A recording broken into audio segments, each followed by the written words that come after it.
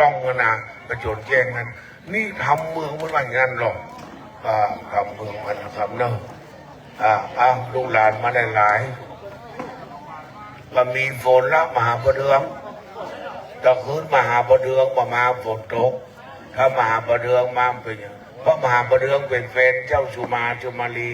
เจ้าหลวงพระบางโลก เอากันไปหลวงพระบางไปเมาลูกคนอันหลานเจ้าสุวรรณภูมิมาอันขน้อยชื่อนางชุมาลีขน้อยชื่อนางชุมาลามาประเดืองยาวดึงกู้ เจอเนอะพ่อครูดีใจพ่อครูขึ้นละว่าต้องขอลูกหลานชนเผ่าชาติพันธุ์ตรงนี้เมื่อพระพุทธเจ้าข้ามไปถึงเมืองตูนไปถึงอมก่อยก่อนไปถึงอมก่อยคนเฒ่าคนแก่คนได้เอาบัตรตูนมาฮือพระพุทธเจ้าบัตรตูนน้ำมันส้มลงไปก็เลยเอาจ้งลงน้ำไม่ต่อมก่อนต่อมโมกโกขึ้นมาไหลไปเป็นแม่ตื่นก็คือน้ำไม่ต่อม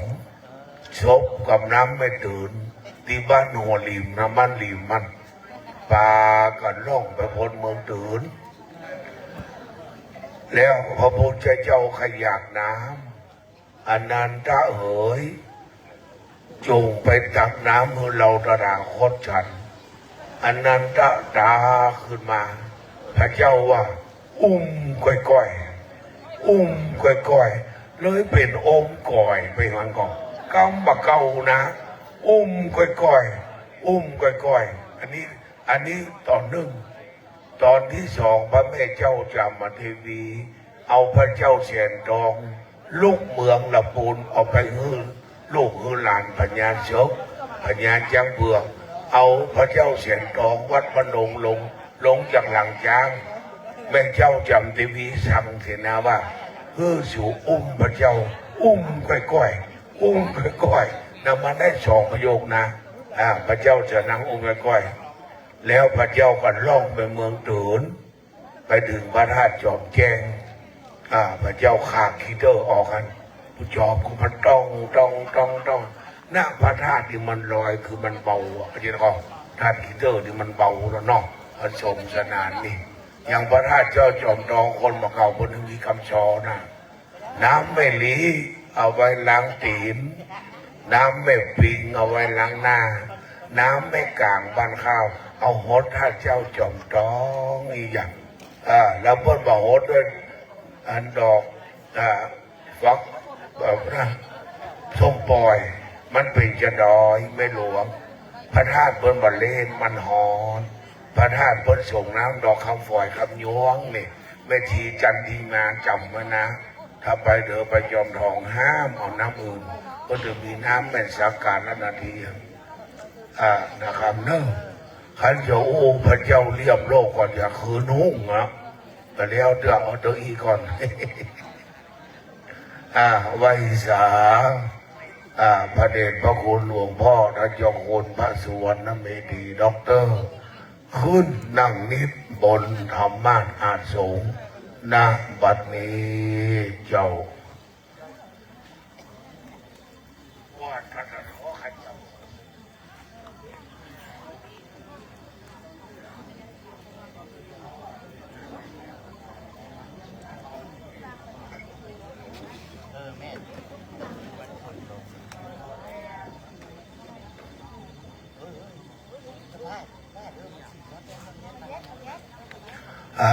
ฟังนันเจสีด็อกเตอร์แต่บัดนี้เขาก็บหันใบมันนะ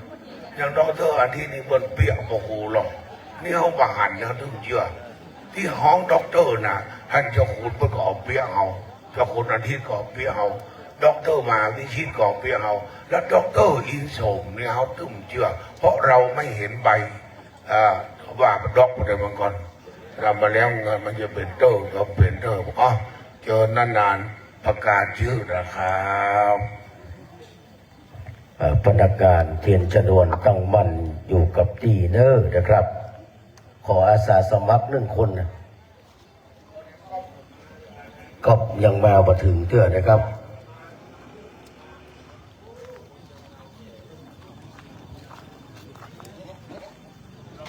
รถนะครับพศเนาะขอพึ่งสอฤาษี4702นะครับ4702เชียงใหม่ย้ายรถตัวนะครับขอบคุณครับกับจากนี้ไปกราบไหว้สารัตนาเมตตาพระมีธรรมในท่านเจ้าคุณพระสิทธิวชิรานุกูลนะครับรองเจ้าคณะอำเภอเมืองเชียงใหม่ผู้ช่วยเจ้าวาดวัดพระธาตุดอยสุเทพราชวรวิหารได้เมตตาเป็นประธานจุดธูปเทียนบูชาพระรัตนตรัยกราบอาราธนาด้วยความเคารพครับสักการะสาธุชนเงียบเด้อพนมมือเงียบนะครับอาจารย์เจ้าคุณจะได้จุดเทียนเล่มที่1บูชาพระธรรมแห่งพระพุทธเจ้าบูชาพระวินัยแห่งพระพุทธเจ้าธูป3 ดอกบูชาพระบริสุทธิคุณพระปัญญาคุณพระมหากรุณาธิคุณแห่งองค์สมเด็จพระสัมมาสัมพุทธเจ้าใจดีคือพระพุทธใจบริสุทธิ์คือพระธรรมใจงามคือพระสงฆ์ฟังดับเทียนเด้อท่านดอกเตอร์เชิญคนไปตามเทียนส่งปุ่นเทืองทองน้อยหน้าพระศาสตราจารย์พระวิษณุพอคอยเชิญคนนิมนต์ว่าประจำนั้นกับนิมนต์ท่านพระประสุรศักดิ์โสภณจิตโตนะครับกับเจ้าวาดวัดเจ็ดลินนะครับได้กับจุดเครื่องทองน้อย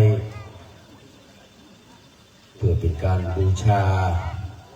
กับเป็นอาจารย์คุณเนาะนะครับของท่านอาจารย์พระมหาวิษณุจารุธรรมโมนะครับศรัทธาสาธุชนลูกหลานเมืองถืนม่อนจองปนมมือเงียบนะครับ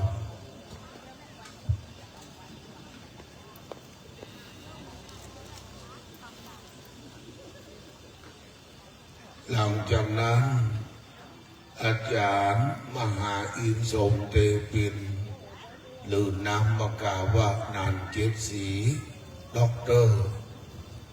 มคณายกวัดเจ็ดลินได้ประเคนขันศีลเป็นที่เรียบร้อยกราบเรียนเชิญพ่อแม่ศรัทธาสาธุชนประนมมือตั้งจิตให้ใสตั้งใจให้ดีบารมีธรรมจะบังเกิดบัดนี้เราจะไหว้ยังพระโพธิ์พระบาทพระธาตุพระธรรมพุทธปิมพาสารูปเจ้าเก่าใหม่ใหญ่น้อยอันทปันนาตั้งไว้ยังทิศทั้ง4อุตรหนเหนือพระบรมธาตุเจ้าดอยสุเทพราชวรวิหารบุพหนวันออกวัดพระบรมธาตุเจ้าหริบุญชัยบรมหาวิหารวัดหลวงเวียงละโพนดักหินะหนใต้วัดพระบรมธาตุเจ้าสลีจอมทองวรวิหารวัดหลวงจอมทองเมืองอังกะรัตนครจอมทองหลวงปัจจิมะหนวันโตวัดหลวงเมืองวินอำเภอแม่วางมัชชิมะตรงกลางวัดดอยสัพพัญญูทานนันตรวิเศษณบัดนี้กราบมือกราบสองกราบสามได้กล่าวคำบูชาไฟไหว้พระตามแบบโบราณล้านนาเชียงใหม่ เจ็ดดินเมฆกระจางห่างลงสันปะตองเวียงเมเมฆวางดอยสัพพัญญูนาบัดนี้เอมินาสังกาเลนาพุทธังอภิปูชยามาเอมินาสังกาเลนะธัมมังอภิปูชยามาเอมินาสังกาเลนะสังฆังอภิปูชยามาอะระหังสัมมาสัมพุทโธภะคะวาพุทธังภะคะวันตังอภิวาเทมิสวากขาโตภะคะวะตาธัมโมธัมมังนัมมัสสามิสุปฏิปันโนภะคะวะโตสาวกสังโฆสังฆังนะมามิตั้งใจสมาทานรับศีล7 วัน3/7/11แต่เจ้าเป็น22วันแรกที่เป็น23ด้วยนั่นเลยแต่พวกจะเป็น24 25เป็นปริปุณณม่วงฉลองอาทิตย์ที่วัดเจ็ดหินตั้งใจสมาทานรับศีลจากพระเดชพระคุณท่านเจ้าคุณอาจารย์เพื่อนำมาประพฤติปฏิบัติใจในชีวิตประจำวันการคงรุ่งเรืองต่อไปมายังพันเตเตระเนนัสสหปัญจศีลา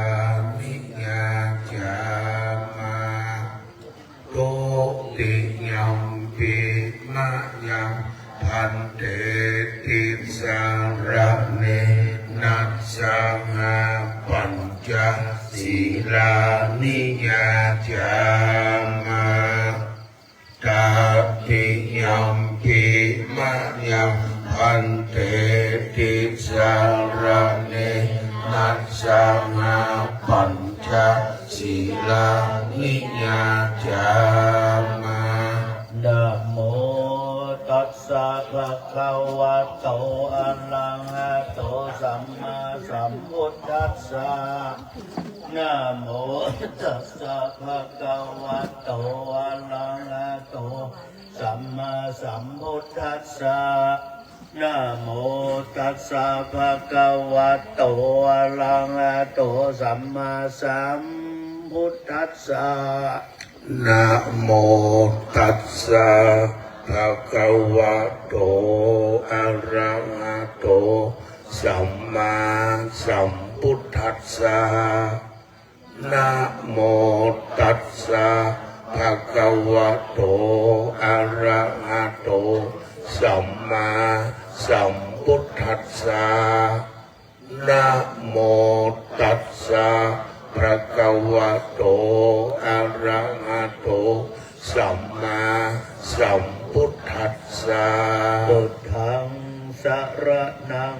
คัจฉามิพุทธังสรณังคัจฉามิธัมมังสรณังคัจฉามิธัมมังสรณังคัจฉามิสังฆังสรณังคัจฉามิสังฆังสรณังคัจฉามิตุติยัมปิพุทธังสรณังคัจฉามิตุติยัมปิพุทธ สารนังกัจฉามิ ตุติยัมปิธัมมังสรณังคัจฉามิ ตุติยัมปิธัมมังสารนังกัจฉามิ ตุติยัมปิสังฆังสรณังคัจฉามิ ตุติยัมปิสังฆังสารนังกัจฉามิ ตติยัมปิพุทธังสรณังคัจฉามิ ตติยัมปิพุทธังสารนังกัจฉา ต มิ ติยัมปิธัมมังสรณังคัจฉามิ ตติยัมปิธัมมังสารนังกัจฉามิ ตติยัมปิสังฆังสรณังคัจฉามิ ตติยัมปิสังฆังสารนังกัจฉามิ ปานาติปาตาเวระมณีสิกขาปะตังสมาธิยามิ ปานาติปาตาเวระมณีสิกขาปะตังสมาธิยามิ อตินนาตานาเวระมณีสิกขาปะตังสมาธิยามิ อาตินนาตานาเวระมณีสิกขาปะตังสมาธิยามิ กาเมสุมิจฉาจาราเวระมณีสิกขาปะตังสมาธิยามิ กาเมสุมิจฉาจาราเวระมณีสิกขาปะตังสมาธิยามิ มุสาวาตาเวระมณีสิกขาปะตังสมาธิยามิ โมกสาวาตาเวระมณีสิกขาปะตังสมาธิยามิ โสระเมรยามัจจปมาตฐานะเวระมณีสิกขาปะตังสมาธิยามิ สุราเมรยามัจจปมาตฐานาเวระมณีสิกขาปะตังสมาธิยามิ มาเนปัญจสิกขาปตาเนเสเลนะสุขติงยันติเสเลนะโภคะสัมปตาเสเลนะนิพุติงยันติตัสมาสีลังวิโสทะเย สาธุสาธุสาธุเชิญอาจารย์ด็อกเตอร์เชิญคนจุดเทียนส่องธรรม กับจากนี้ไปกราบอารัธนาเมตตาปรมีธรรมในท่านอาจารย์พระมหารัชวัตรกิตาโพนะครับเรียนธรรม9 ประโยคผู้ช่วยเจ้าวาดนะครับวัดพระธาตุดอยสุเทพราชวรวิหารอาจารย์เก้าของเฮาเด้อนะครับได้เมตตาตามเตียนส่องธรรมครับ ศรัทธาสาธุชนประนมมือธรรมแห่งพระพุทธเจ้านั้น อาทิกันรยานัง มีความไพเราะในเบื้องต้น นั่นคือศีล มัจเจกันรยานัง มีความไพเราะในท่ามกลาง คือสมาธิ ปริโยสานะ กันระยานังมีความไพเราะในที่สุดนั่นคือปัญญาวิสาเทวบุตรเทวดาเจ้าหมื่นโลกจักรวาลเทวดาเจ้ารักษาวัดเจ็ดลินก็ดีวัดดอยสัพพัญญูเจ้านี่ก็ดีไหวสาพระภิกษุสามเณรทุกรูปทั้งอรัญญวาสีวัดป่าคามวาสีวัดบ้าน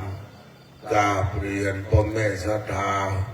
สันนิบาตดันเข้าตีนจองหอวัดว่าคนเมืองว่าพี่น้องไตรวะพี่น้องไตรยางเผ่าพระกัญญอลูกหลานพระอาจารย์พระมหาวิษณุจารุธรรมโมลูกอำเภอองค์ก๋อยลูกบ้านห้วยหลอดดูห้วยไม้หกบ้านสันต้นปีนบ้านใหม่ปากคาสถานสันต้นม่วงว่าคบมือว่าที่อื่นที่ไกลมาห่วงงานตั้งใจฟังคนโบราณว่าตาสองตาให้ดูเขาปากกับหูสองหู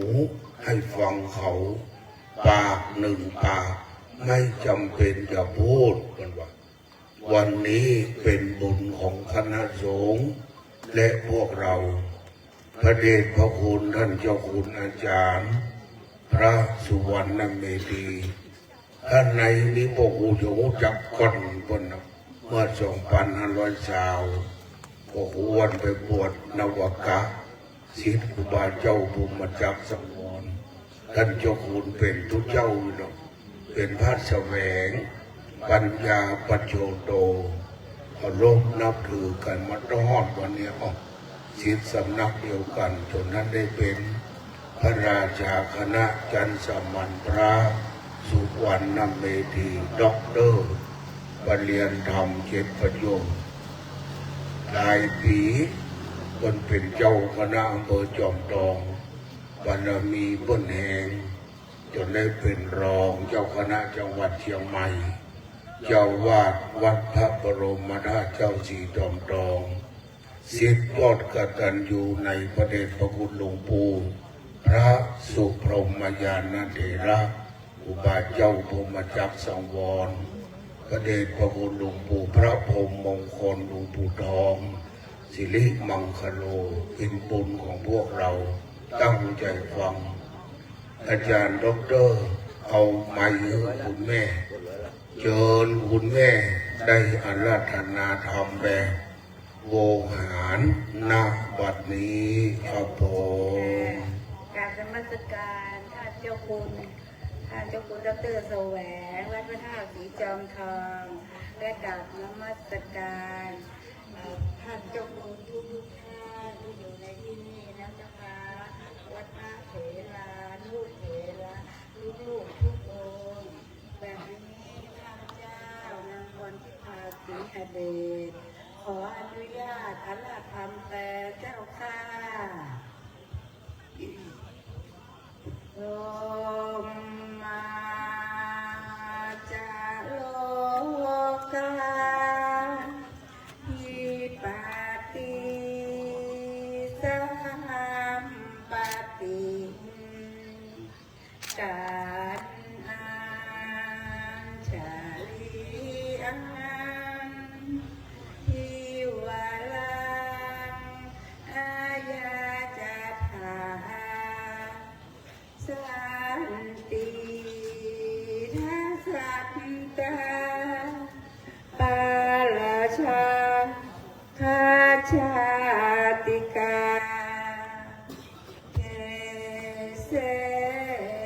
ตุธรรมังอนุกรร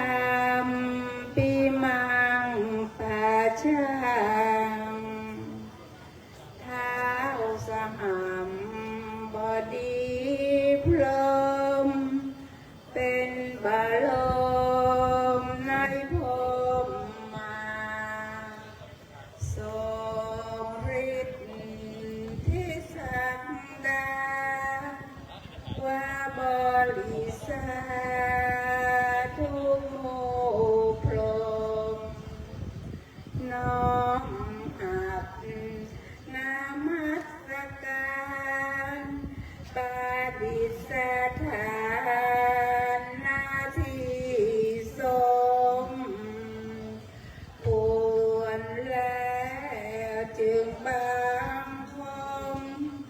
ชุลีบาทพระศาสดาขอพรอันประเสริฐวรเลิศมโหฬารปวงสัตว์ในโลกากิเลสน้อยก็ยังมี ขอองค์พระยอมปราดสู่ธรรมานาลูจีโปรดปวงประชานีท่านจงโปรดแสดงธรรมนิมนต์ท่านเจ้าค่ะผู้ปีชาอันเลิศล้ำโปรดแสดงพระธรรมเทศนาปวาที เพื่อให้สำเร็จผลแก่ปวงชนบรรดานี้สมสุขเกษมศรีสมดังเจตนาเถิดอาราธนานังกะโลมาข้าพเจ้าขออนุญาต นะโมตัสสะภะคะวะโตอะระหะโตสัมมาสัมพุทธัสสะนะโมตัสสะภะคะวะโตอะระหะโตสัมมาสัมพุทธัสสะนะโมตัสสะภะคะวะโตสัมมาสัมพุทธัสสะสัตตานังวิสุทธิยาโสกะปริเทวานังสมัติกมายะทุกขโทมนัสสานังอัตถังขมายะยายัสสะอธิกมายะนิพพานัสสะสสิกิริยายะยะทิดังจัตตาโลสติปัฏฐานาเตขอถวายความเคารพพระเถรานุเถระอันมีพระเดชพระคุณพระเจ้าคุณสิริวัชิรานุกูลที่ปรึกษาสิทธิวชิรานุกูลที่ปรึกรองเจ้าคณะอำเภอเมืองเชียงใหม่ท่านเดชพระคุณท่านพระครูท่านเจ้าคุณสุธีวชิระบัณฑิตผู้อำนวยการรองผู้อำนวยการรองที่อธิการบดีมหาวิทยาลัยมหาจุฬาลงกรณราชวิทยาลัยวิทยาเขตเชียงใหม่แล้วก็พระเดชพระคุณท่านพระครูพิสิทธิ์ศรีลาพรเจ้าคณะรองอำเภอเมืองเชียงใหม่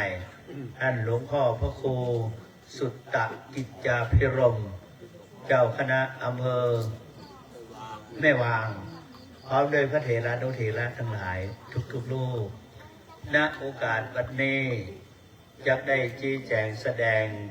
พระธรรมเทศนาในแนวปฏิบัติเพื่อเป็นการเฉลิมฉลองศรัทธาความเชื่อพระสาธะความเลื่อมใสในธรรมของสมเด็จพระสัมมาสัมพุทธเจ้า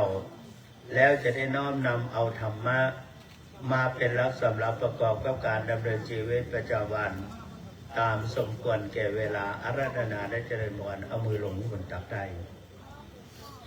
วันนี้มีความกังวลมากๆเกี่ยวกับเรื่องเสียงมาตลอดนึกว่าไปไม่ได้แล้วตั้งแต่คือศีลก็ปรีก็ดีขึ้นมาแต่ก็ประมาทไปได้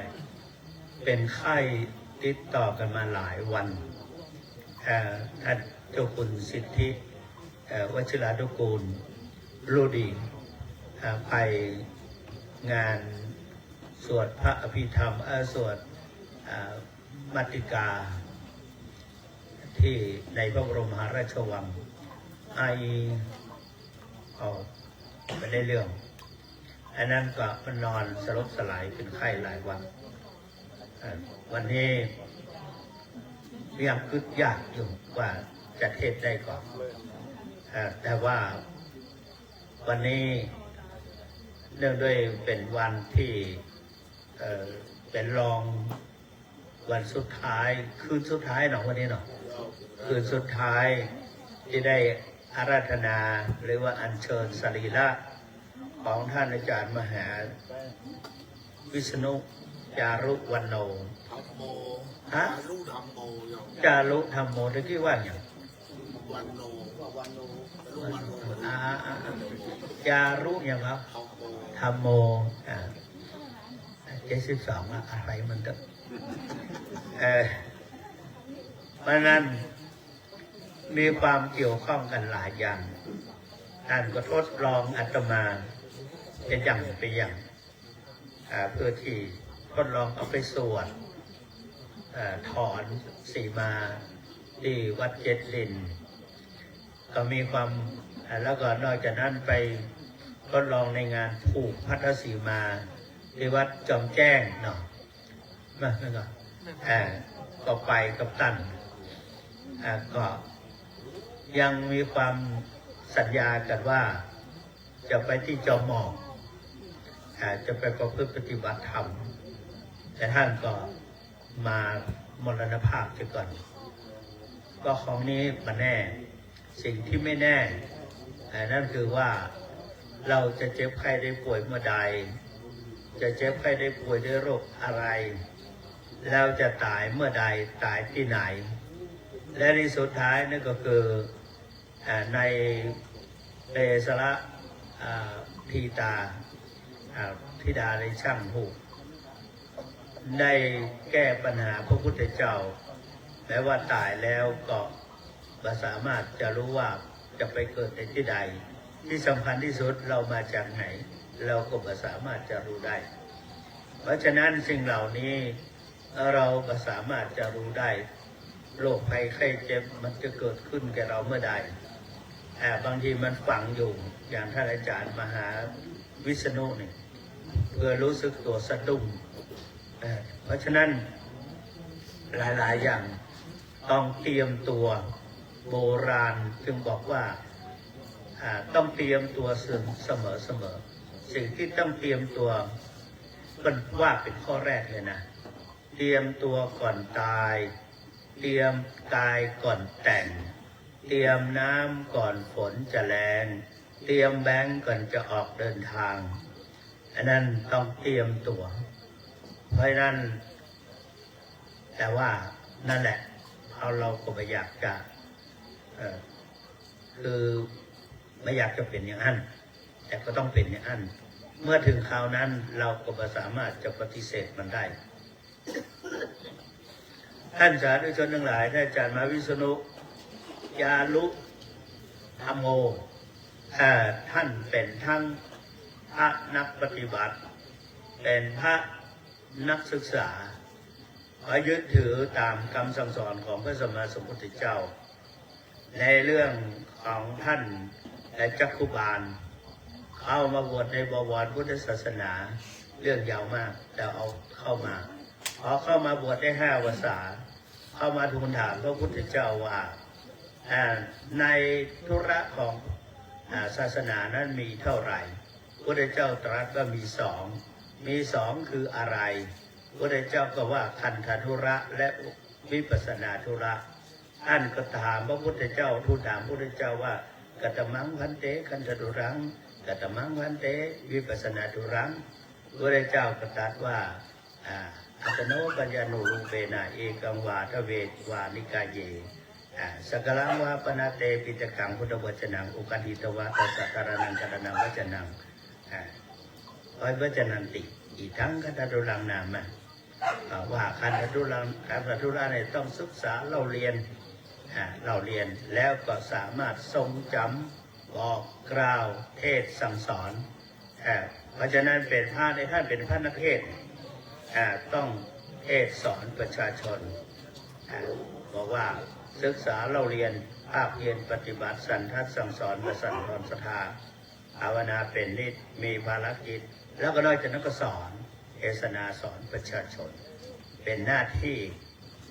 เพราะฉะนั้นฝ่ายด้านปฏิบัติเราก็มีความสนใจท่านก็เคยผ่านวัดพระพุทธบาทตะผ้ามาในสมัยเมื่อก่อนครูบาพระหลวงปู่ครูบาก็จะแนะนำห้ามสอนทั้งคันธตุระทั้งสมถกรรมฐานและวิปัสสนากรรมฐานส่วนมากหมู่เฮาทั้งหลายเป็นนักเรียนนักศึกษาก็จะได้เอาสมถะเกี่ยวกับพุทโธอย่างนี้เป็นต้นพยายามศึกษาเราเรียนพยายามก็เพื่อปฏิบัติอาจารย์วิษณุก็อย่างเดียวกันอันนั้นวิปัสสนาธุระก็เป็นสิ่งสำคัญยิ่งแก่มาก็ยิ่งมีความสำคัญถึงวันนี้มีความสำคัญมากถึงแม้ว่าเราก็สนใจสังคมมันก็จะสนใจก็จะมาหาเราเองเมย์บอกที่วันนั้นในมหาวิทยาลัยสงฆ์ละปูนก็ได้ส่งนักศึกษามาเพื่อมาสอบถามพอเข้ามาแล้วก็บอกว่าอยากจะถามวิปัสสนูปกิเลสกัทจุขุนตอนแรกครับผมโอ้โหไม่จะมาถามอย่างใดเตรียมแถมอย่างหนึ่งเปิดว่าขอท่านเจ้าคุณบรรยายเรื่องวิปัสสนูปกิเลส10 ประการท่านทั้งหลายถ้ามาเตรียมตัวนั้นน่ะรับรองว่าหงายท้องต้องเตรียมตัวให้พร้อมซักซ้อมให้ดีท่าทีสง่าวันนั้นก็เลยเตรียมตัวไว้ได้ประมาณชั่วโมงคงใส่จักรานหนีไปเลยก็ได้ความรู้ของมันแหละวันนี้ประเทศที่ยกขึ้นมานั้นเป็นวิปัสสนากรรมฐานในพระพุทธศาสนานั้นมีอยู่2 อย่างคือสมถกรรมฐานวิปัสสนากรรมฐานวันนี้ตั้งใจแต่ว่าจะเอาอย่างนี้จ้าตอนแรกนั่งกึดจุ่มลักหัวหลวงพ่อมาฟังเพราะว่างานนี้หัวพระเดชพระคุณท่านเจ้าคณะภาค7มาฟังมีความกังวลไปพอแผ่หงยาเพิ่นไปอยู่หงยาไปเยี่ยมไข้แล้วก็ผมว่าเพิ่นออกโรงพยาบาลลักถามลูกศิษย์ลูกหาว่าหลวงพ่อจะไปก็ได้ไปสบายใจอยู่หน่อยเลยว่าปู่บารมีวันวันนี้ท่านสาธุชนทั้งหลายอุเทศที่ยกขึ้นมานั่นนะว่าปฏิบัติวิปัสสนาเนี่ยมันได้อะไรอย่างฟังชื่อแล้วชื่อมีหลายชื่อนะวิปัสสนาที่ยกขึ้นมาขึ้นหัวข้อว่าเอกยโนอายังมัคโคสตานังว่าวิปัสสนานี้เป็นแนวสติปัฏฐาน4ดึงเอาสติปัฏฐาน4มาสติปัฏฐานาจัตตาโลสติปัฏฐานาสติปัฏฐาน4และทำแล้วเพื่ออะไรได้เพื่ออย่างก่อนอื่นนั้นเราท่านทั้งหลายมาถามตัวต่อมาก่อนมีคนเข้ามาวัดพระธาตุสีจอมทองมานั่งอู้กันหลวงพ่อว่า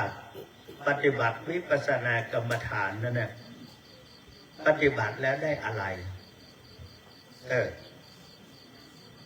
หลวงปู่ก็บอกว่าการปฏิบัติวิปัสสนากรรมฐานนั้นได้4 อย่างคืออย่าง1ได้สติสติเนี่ยเป็นสิ่งสำคัญ สติมาปัญญาเกิดสติเตลิดจะเกิดปัญหาสติมาปัญหาหายสติตายโชคร้ายแน่นอนสติดีจะมีสตังสติเหินห่างสตังไม่มีสติมาหมาไม่กัดสติถูกตัดจะกัดกับอย่างก็แล้วแต่อันนี้สติเป็นสำคัญเป็นย่าปากข้อเอาท่านทั้งหลายได้เรียนหนังสือว่าสติคืออะไรสมัยเป็นสมณเณรแสวงทองสติคือความระลึกได้ในเมื่อก่อนใจจะทำจะพูดจะคิดนึกได้ก่อนแล้วจึงทำจึงพูดจึงคิดนี่เป็นลักษณะของสติสติคือสติมีปมาทะคือความละเลิกความเผลอเป็นข้าศึกสติเป็นคู่กับสัมปชัญญะเพราะนั้นสติเนี่ยความระลึกได้มีความสำคัญที่สุดมีความสำคัญที่สุดดังนั้นหนึ่งได้สติอย่างคืออย่างสติไหนสติปัฏฐานสี่คือกายเวทนาจิตธรรมโอ้ยใครไปเรียนก็หลวงปู่นะหลวงปู่ว่าก่อนจะเรียนนั่นน่ะว่าตัวอาตมาก่อนเดินก็ตั้งใจเวลาไปอยู่ต่อหน้าหลวงปู่สิ่งที่หลวงปู่อยากฟังที่สุดก็คือวิปัสสนาในแนวสติปัฏฐานสี่หนึ่งกายสองเวทนาสามจิตสี่ธรรมวิปัสสนาวัดสามรอบวิปัสสนาในแนวสติปัฏฐานสี่หนึ่งกายสองเวทนาสามจิตสี่ธรรมแสดงว่าสตินี่มีฐานของมันอยู่สี่กายฐานกายดังนั้นต้องระวังนะกายนะวันนี้ไปฉันเข้าตัวกันดึงพระครูปุณกิติวัดหาดนาอ่านไปในห้องน้ำท่านกับเดียวพ่อคงจะดูถ้าเจ้าคุณสุวรรณนะข้ามที่ห้องน้ำนะบอกโอนสะดุดวิ่งมาเกือบจนโต๊ะขัดโต๊ะใหญ่ๆนะแล้วตุ๊พี่ระวังเนอะอายุ70 ปลายแล้วนะอย่าไปประมาทเนี่ยพระพุทธเจ้าตรัสว่าประมาทโทมัจจุโนปทังความประมาทเป็นสิ่งที่พลาดพลั้งได้นะเนาะต้องมีสติอย่าประมาทแต่ฐานกายกายยกเรื่องย้ายต่างๆสองเวทนาสติอยู่ในเวทนาเกิดขึ้นกายเวทนามีความรู้สึกตะกี้ลมปัดมาเย็นตะกี้ขอบอกความลับอย่างนึงอาจารย์มหาวิษณุพูดกับมาก่อนที่ครูจะมาหาเนี่ยอาจารย์วิษณุมาก่อนขออู้ถึงได้น้อยเนี่ยมาเต็มหูดังมาด้วยกลิ่นความนี้มีแปลกอยู่อย่างหนึ่งมีเส้นอยู่อย่างก็บางทีนี่เขาก็ไม่ใช่ผู้จักเนี่ยนิมนต์เข้าไปแล้วมาเนี่ยเขาก็บอกรู้แล้วเนี่ยมาแล้วเขาก็บอกว่าอนุโมทนาเนอท่านสุวรรณเวทีมาแล้วสมัยแต่ก่อนพระวทรสุวรรณโมลีมาแล้วบ่อยแล้วก็มีคนจองด้วยนะคนจองถ้าตายไปเนี่ยขอเป็นนิมนต์ท่านเจ้าคุณสุวรรณเวทีหรือมหาแสวงภูมินาทั้งตุทั้งพระทั้งญาติโยมเขาก็แปลกเหมือนกันเนี่ยทีนี้จิตเนี่ยฐานของสติปัฏฐานสี่อยู่ที่จิตและก็อยู่ที่ธรรมกายเวทนาจิตธรรมอันนั้นวิปัสสนาในได้หนึ่งได้สติสองได้สุขติถ้าตายไปเนี่ยหรือว่าไปสู่ที่ภพต่างๆภพภูมิจะไปถ้าตามธรรมดาภพภูมิต่างๆมี31ภพภูมิหมดหรอกอบายภูมิ4นรกเปรตอสุรกายถ้าปฏิบัติวิปัสสนากรรมฐานหลวงปู่ว่าปิดประตูอบายภูมิเราต้องไปเกิดในโมนาหก ไม่ต้องไปเป็นเปรตไม่ต้องไปเป็นอสุรกาย และไม่ต้องไปเป็นสัตว์เดรัจฉานเนี่ยสติปัฏฐานไม่ได้อยู่อย่าประมาทวันนี้ก็เหมือนกันให้ทุกคนก่อนจะมาเนี่ยมีคนโทรเข้าหานะแต่ทำไมบัตรรับมันได้ยินสองนี่อย่างต้องเตรียมตัวก่อนจะมาได้ต้องเตรียมตัวไปอย่างน้อยครูบาอาจารย์มาฟังอเดชพระคุณและเจ้าคุณสุธีวชิระบัณฑิตแน่นอนเนี่ยไปนั้นผู้คนจะต้องมาฟังท่านเจ้าคุณสุวรรณเมธีก็ครูวัดในวังสิงห์วังสิงห์คำก็เป็นนักเทศเนี่ยอันนั้นได้กี่อันล่ะหนึ่งได้สติสองได้สุขติสามได้อุปนิสัยติดตามหลังตัวไปอุปนิสัยนี่พระเจ้าตรัสเต้นมีท่านที่ได้อุปนิสัยพอได้ยินว่าก็เลยสามารถกำหนดได้เลยเนี่ยได้อุปนิสัยและก็สี่ได้อินทรีย์พละอินทรีย์แก่กล้าได้อินทรีย์พละนี่แหละวิปัสสนาได้สองปิดประตูอบายภูมิ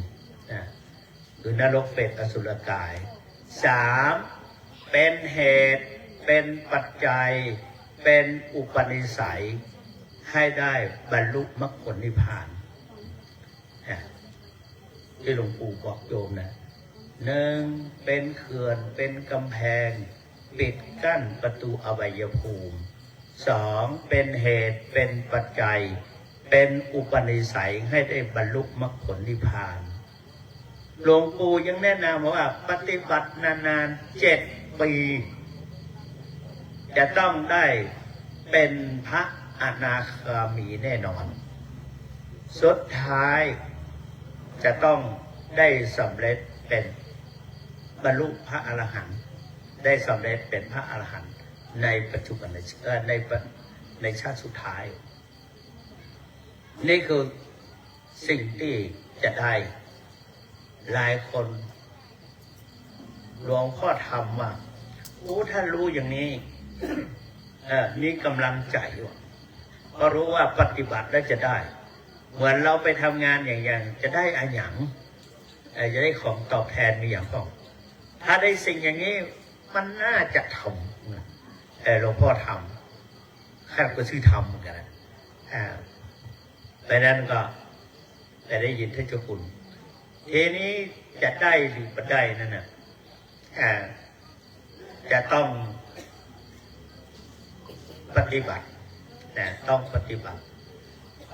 อย่างไรก็คือการกำหนดเพราะฉะนั้นผู้ที่จะได้บรรลุสติปัฏฐานสี่กายเวทนาจิตธรรม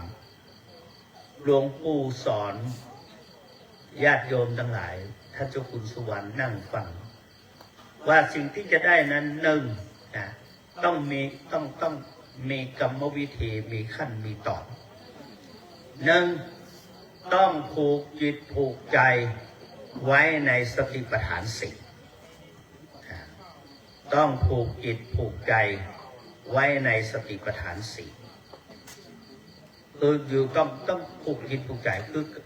มีจิตผูกอยู่ในอิริยาบถสี่ยืนเดินนั่งนอนหรือว่าสติปัฏฐานสี่กายเวทนาจิตธรรมอะไรเกิดก็มีสติสอง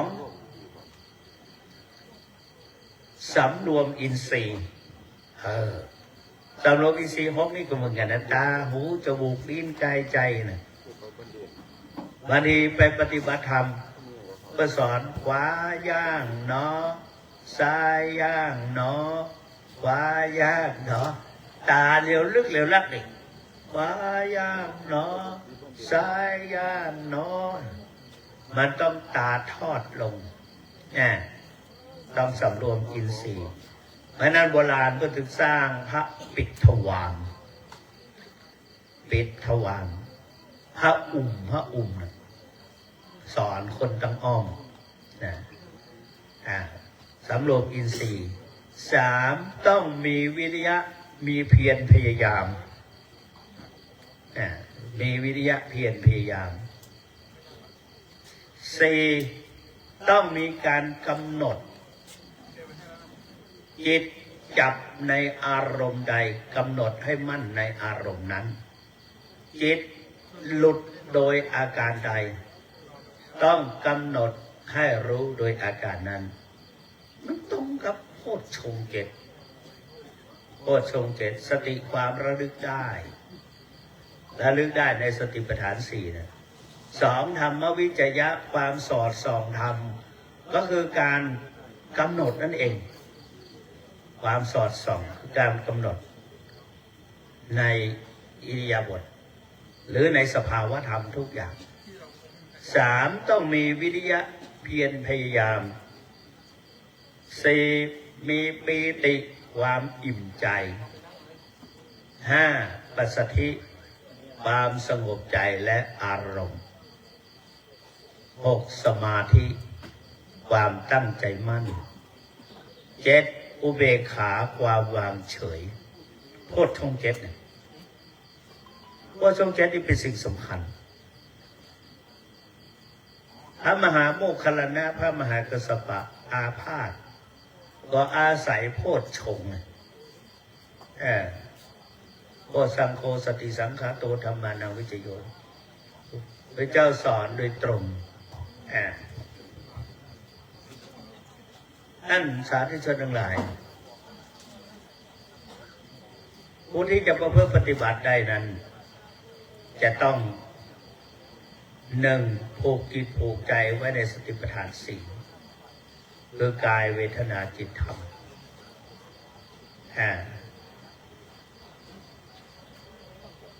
กายได้แก่อาการอิริยาบถ 4ยืนเดินนั่งนอนอย่างมีสติหลายท่านมีความลำบากใจไม่สามารถที่จะกำหนดให้เห็นความเกิดดับของรูปนามคือพองหนอยุบหนอเนี่ยได้ชัดเจนอึดอัดเราต้องถ้าจะถามว่าเมื่อเป็นเช่นนี้จะทำอย่างไรผมคนนึงแหละอิดอ่อนเหนื่อยเมื่อยล้าไม่อยากจะเอาอารมณ์ผมมันมาได้อันเนี้ยเนี่ยเกี่ยวกับจริตผมมันมาถูกกับวิปัสสนาผมชอบพุทโธอีกเนาะ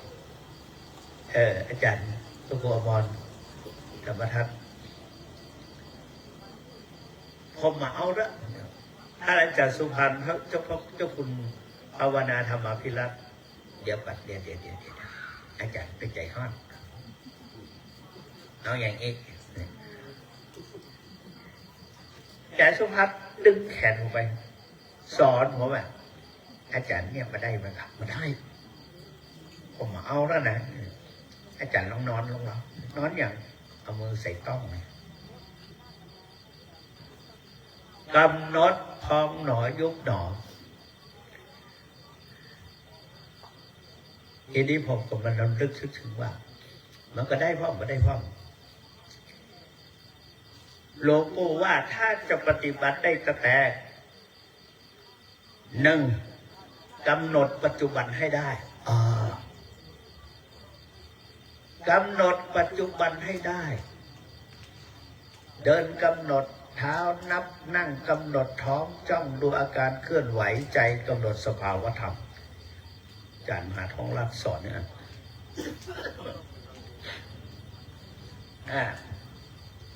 ทีนี้เดินกำหนดเท้านั่งกำหนดท้องจ้องดูอาการเคลื่อนไหวใจกำหนดสภาวธรรมนั่งกำหนดท้อง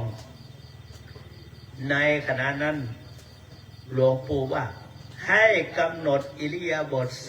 4ยืนเดินนั่งนอนอย่างมีสติ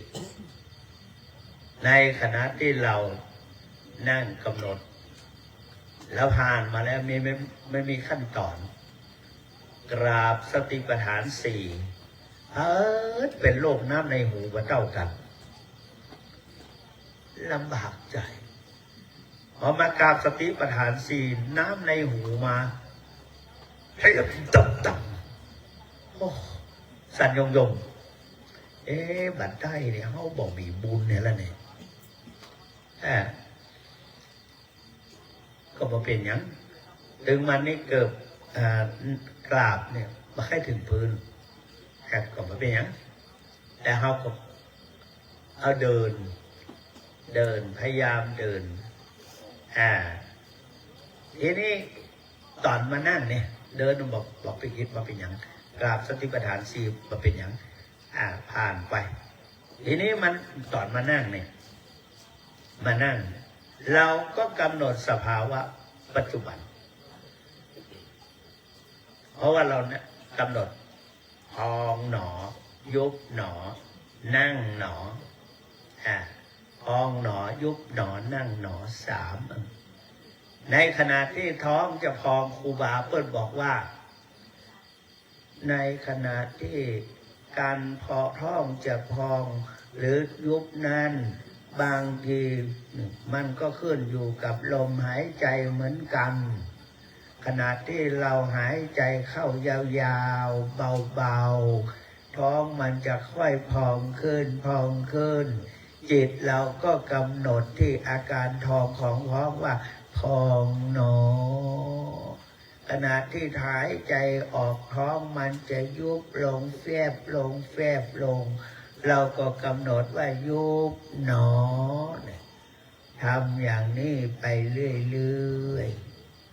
ๆความชำนาญเกิดจากการเริ่มต้นและทำบ่อยๆทุกสิ่งทุกอย่างความชำนาญ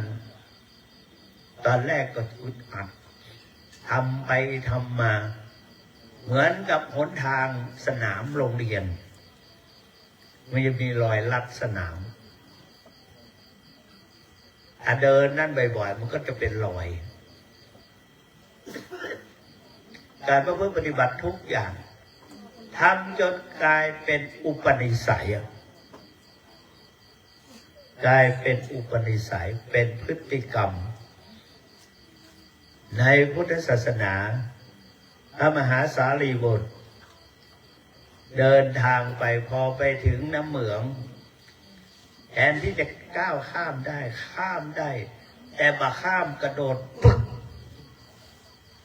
คนทั้งหลายหันพอวิจารณ์กันว่าพระพุทธเจ้าว่าท่านมหาสารีบุตรเป็นพระอรหันต์วันนี้กระโดดข้ามน้ำเหมืองมงยงที่จะมาใจเหรอคะอุปนิสัยว่ะเป็นพระอุปนิสัยติดตามมา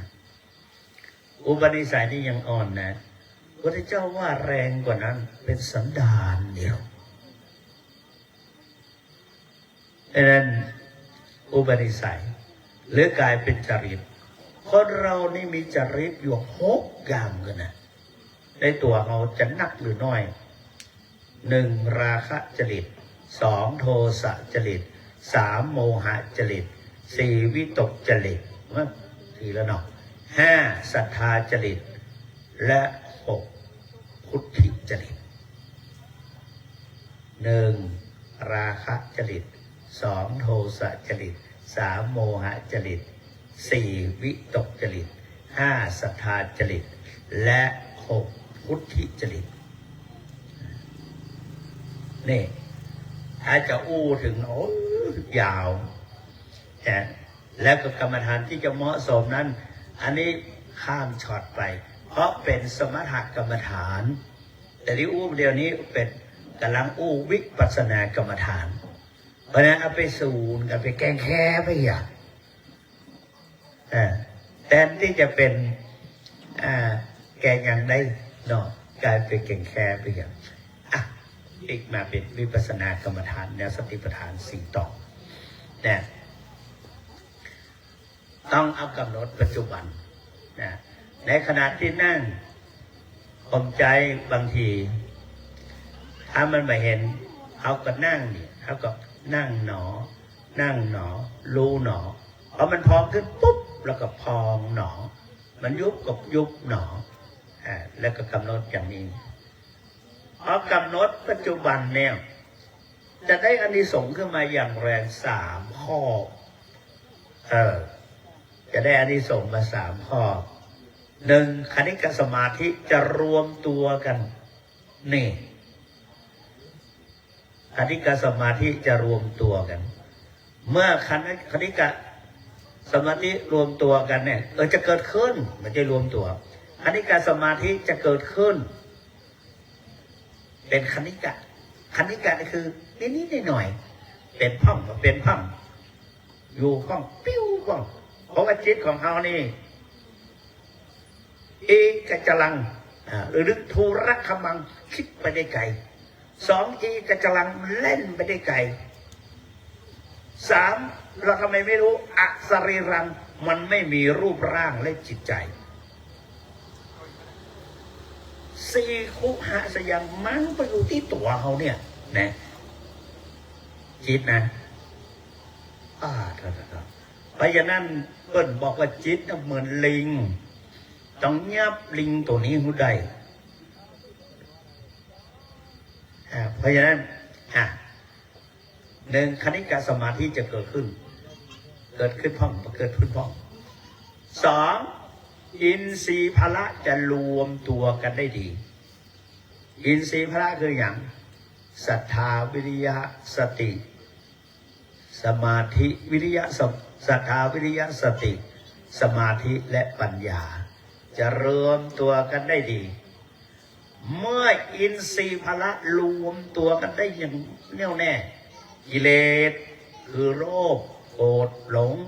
คือราคะโทสะโมหะโลภโกรธหลง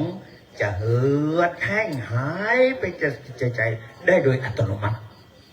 เพราะฉะนั้นตัวเจ้าทั้งหลายที่บวชอยู่นานๆได้เนี่ยเพราะเราเพื่อปฏิบัติวิปัสสนากันหรอกกำหนดอันนี้เอาเลยอยู่ได้กันนะแปลกเหมือนกันนะไม่รู้ว่าอาตมาอยู่ได้ยังไงแต่หารู้ไหมว่าเป็นเพราะผลแห่งการกำหนดปัจจุบันนั่นเองหลวงปู่ทองยังบอกว่าต้องกำหนดอย่างต่อเนื่อง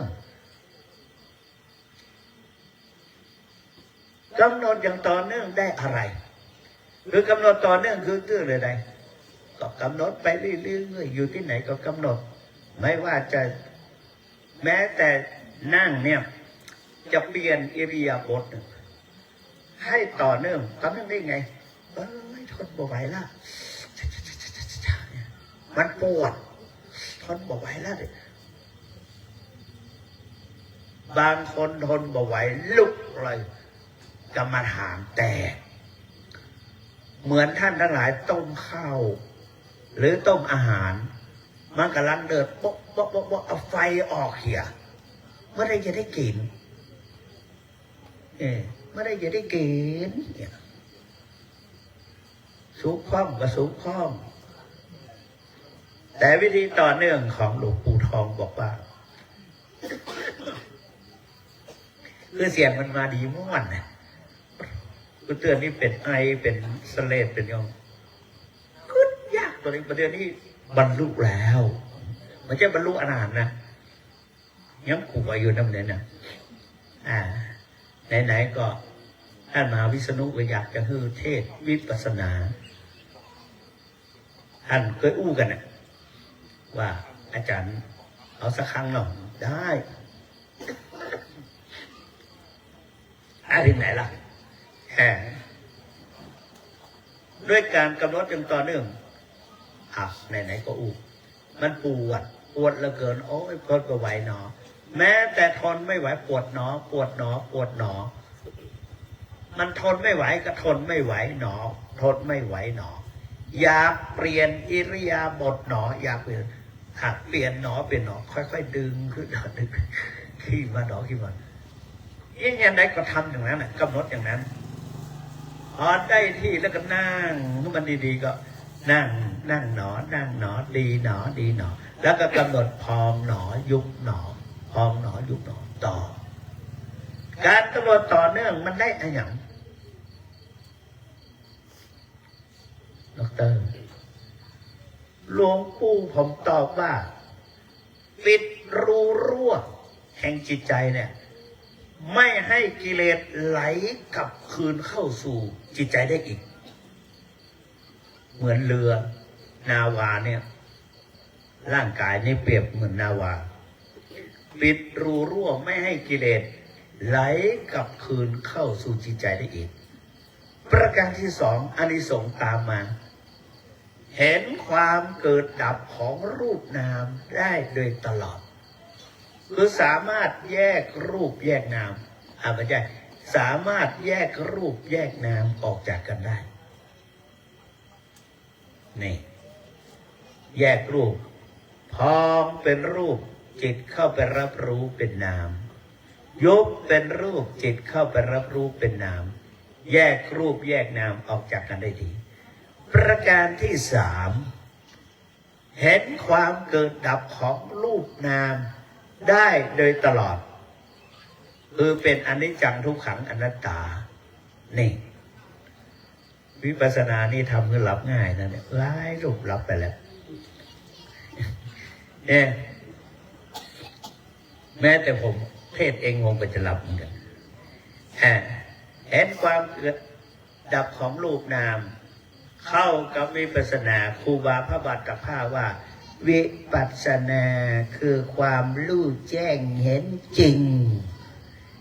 ในรูปนามเห็นอย่างไรเห็นความเกิดดับของรูปนามคือเป็นอนิจจังทุกขังอนัตตาท้อให้จากวิษณุก็เลื่อมใสหลวงปู่ผมยังอยู่ไปวัดจอมหมอกอยู่นะเนี่ยวิปัสสนานี่คือหนึ่งกำหนดปัจจุบันสองกำหนดอย่างต่อเนื่องสามกำหนดให้ได้องค์คุณสามต้องมีองค์คุณสามหนึ่งอาตาปีว่าพระบัตรภาว่านะหนึ่งอาตาปีมีความเพียรพยายามชนิดกินน้อยนอนน้อยพูดน้อยปฏิบัติมากสองสติมาระลึกรู้ก่อนรูปนามที่จะเกิดขึ้นและกำหนดอยู่ตลอดเวลาสามสัมปชานโน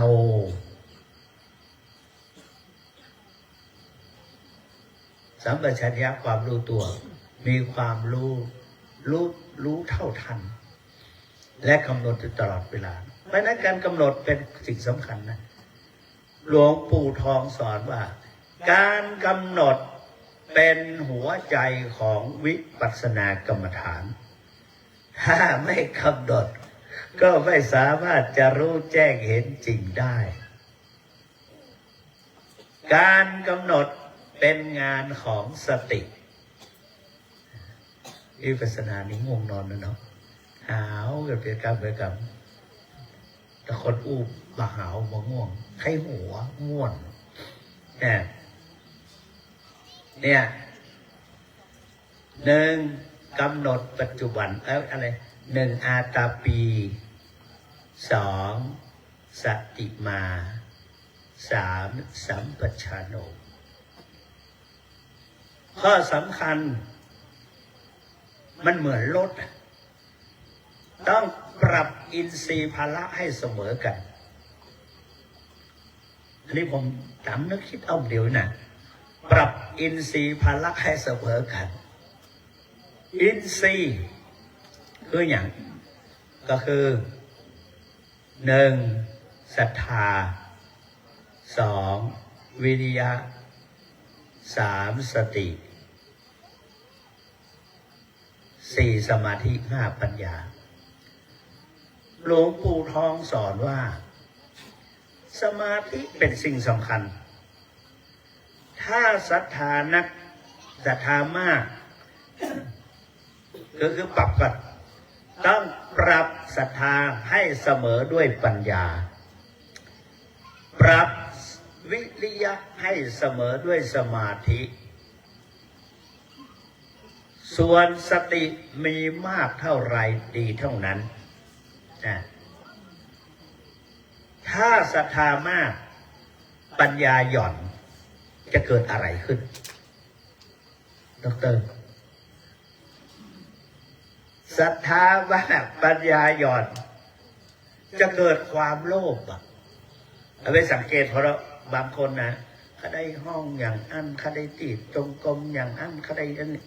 อยากจะให้ครูบาอาจารย์มาปฏิบัติตัวอย่างที่ศรัทธามากปัญญาหย่อนถ้าปัญญามากศรัทธาหย่อนเกิดความสงสัยทำไมwhat ทำไม why กับ why ทำไมต้องเป็นอย่างนั้นทำไมต้องกราบทำไมต้องเดินจงกรมโอ้โหแน่ต้องปรับถ้าวิริยะมากสมาธิหย่อนเกิดความฟุ้งซ่านคิดหนักฟุ้งวิริยะแห่งแต่สมาธิมันแม่นเกิดความฟุ้งซ่านถ้าสมาธิมากวิริยะหย่อนจะเกิดความง่วงเหงาเหานอนบางทีท่านทั้งหลายอาจจะสมาธิหนักก็ได้เลยง่วงนี่นั้นต้องปรับเพื่อเสมอกันปรับเพื่อเสมอกันแล้วก็เพิ่มเป็นรุ่นผมในนามผู้สอบอารมณ์มาโดยตลอดบางทีก็ปรับที่เดินปรับที่นั่งลดลดนี่เพราะฉะนั้นก็นี่แหละกรรมฐานที่จะได้วันนั้นที่แล้วก็ถามว่าในขณะที่ประพฤติปฏิบัติวิปัสสนากรรมฐานที่มจร.เข้าไปถามท่านถามว่าวิปัสสนูปกิเลสมีเท่าใดมีอะไรบ้างแต่ละอย่างเป็นอย่างไรโอ้โหวิปัสสนูปกิเลสนั้นเดี๋ยวผมพอนาฬิกาอยู่นะนั่งก่อนเพื่อจะควบคุมตัวเก่าในขณะนั้นอุปกิเลสที่จริงเมื่อจิตเป็นสมาธิเนี่ยก่อนที่จะปรับจิตใจนะมันจะเกิดจะพบกับด่านดีกว่าในขณะที่เราไปปฏิบัติวิปัสสนากรรมฐานเราจะเจอ10 ด่านถ้าเป็นหนังจีนนะ10 ด่านนี้จงต้องผ่านให้ได้นี่วันนั้นก็บอกเขาสามารถจะทำได้อยากภาคทำภาคนี่วิษณุมาทำละมาไปกับกินซาบสัง1 โอภาสแสงสว่าง2 ปีติ 3 ศรัทธา 4 สุข 5 ปัสสธิ 6 ปคหะ 7 อุปทานะ 8 ญาณะ 9 อะไร9 และ10 9ไงดร.ผมลืมบ้างลืมเหมือนกันเดี๋ยวผมจะมากระคิดออกคนเดียวมาละแน่เอาโอภาสก่อนเวลาเขานั่งกรรมฐานภาวนาเนี่ยมันจะเกิดแสงระยิบ บางทีที่แสงมันจะมาไม่วิบวิบยับนะแล้วก็จะว่าเวแล้วนะจนถึงแสงใหญ่ๆพอนี้สว่างสวยม้วนเหมือนกันนะบางทีมันเพลินนะไปหลงงั้นแต่เจอด่านงั้นมาถึงสุดท้ายสักเตือนอุเบกขานะเมื่อกี้นะอุเบกขาเก้าอุเบกขาแล้วก็10นิกันติอันที่2ปีติโอ้โหปีติเนี่ยแปลว่าความอิ่มใจแต่ว่าปีติของวิปัสสนูปกิเลสไม่ใช่นั่นปีตินี่มีขุทธกาปีติคติกาปีติโอกันติกาปีติอุเพงคาปีติพารณาปีติแล้วก็จบแล้วนี่1ขุทธกาปีติ2คติกาปีติ3โอกันติกาปีติ4อุเพงคาปีติ5พารณาปีติโอ้ขอบคุณมากขุทธกาปีตินั่นน่ะมันจะมีอาการเขาบอกว่าเป็นกรไม่ใช่กรล่ะความคล้องจองขุทธกาปีติขนลุกตั้งหนังหัวพองละคายผิวดังต้องด้วยปลายเข็มใจสั่นรัวน้ำตาไหลออกมาเองศีรษะตรึงมึนซึมคล้ายเป็นลมหรือวิงเวียนอาการใดอาการหนึ่งเกิดขึ้นอันนี้แสดงว่าเป็นขุทธกาปีติ2คณิกาปีติเกิดเป็นแสงแดงประกายคล้ายฟ้าแลบเนื้อตัวแสบคล้ายปลาตอดชวัดเฉวียนเนื้อหนังเต้นเอ็นกระตุกน้ำตาไหลร้อนกายเบียนร้อนกายเบียน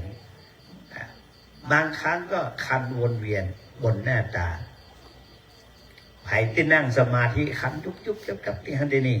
อันนั้นเป็นคณิกาปีติเห็นแสงอะไรเกิดเป็นแสงแดงประกายคล้ายฟ้าแลบเนื้อตัวแสบแสบตัวมันเห็นร้อนมันจะอันใดอันหนึ่งที่จะโฟกัสขึ้นมาจุดเด่นของมันแล้วแต่จะเกิดขึ้นกับใครมีองค์หนึ่งมาปฏิบัติกับผมโอ้โหผมเหมือนกับตกนรกนะร้อนเหลือเกินเป็นว่าเป็นคณิกาปิติโอกันติกาปิติกายไหวเอ็นคนที่กายโยกไปโยกมานะกายไหวเอ็นเนื้อเดี๋ยวกายไหวเอ็นเหมือนขึ้นกระทบฝั่งเนื้อกายไหวเอ็นลืมไปแล้วเมาเล่นอันนี้คณิกาปิโอกันติกาปิติกายไหวเอ็นดังขึ้นกระทบฝั่งคลื่นไส้ดังเมาเรือทนไม่ไหวสะบัดมือสะบัดเท้าจนเพลียกายมีสีคล้ายผักตกกระทบตานี่กายผมก็ติดเหมือนกันนะเมื่อก่อนนั้นหมุนกลับไปนั่งก็หมุนนะหลวงปู่ว่าตอนนั้นนะพระเจ้าคุณศรียังเป็นพระครูประหลัดอยู่ผมไปปฏิบัติกับหลวงปู่ก็กำลังบอกว่าปู่บอกจะเข้ากรรมฐานให้หลวงปู่นะแป๊บเดี๋ยวเข้าได้เลยนั่งด้วยกันขนาดวันเริ่มเลยนะหลวงปู่ช่วยวินิจฉัยตัวนะมันเป็นอะไรอย่างเนี้ยหลวงปู่ก็กำหนดผมก็ไม่รู้ได้เลยว่าผมกำหนดผมก็กำหนดอยู่กันเนาะแต่มัน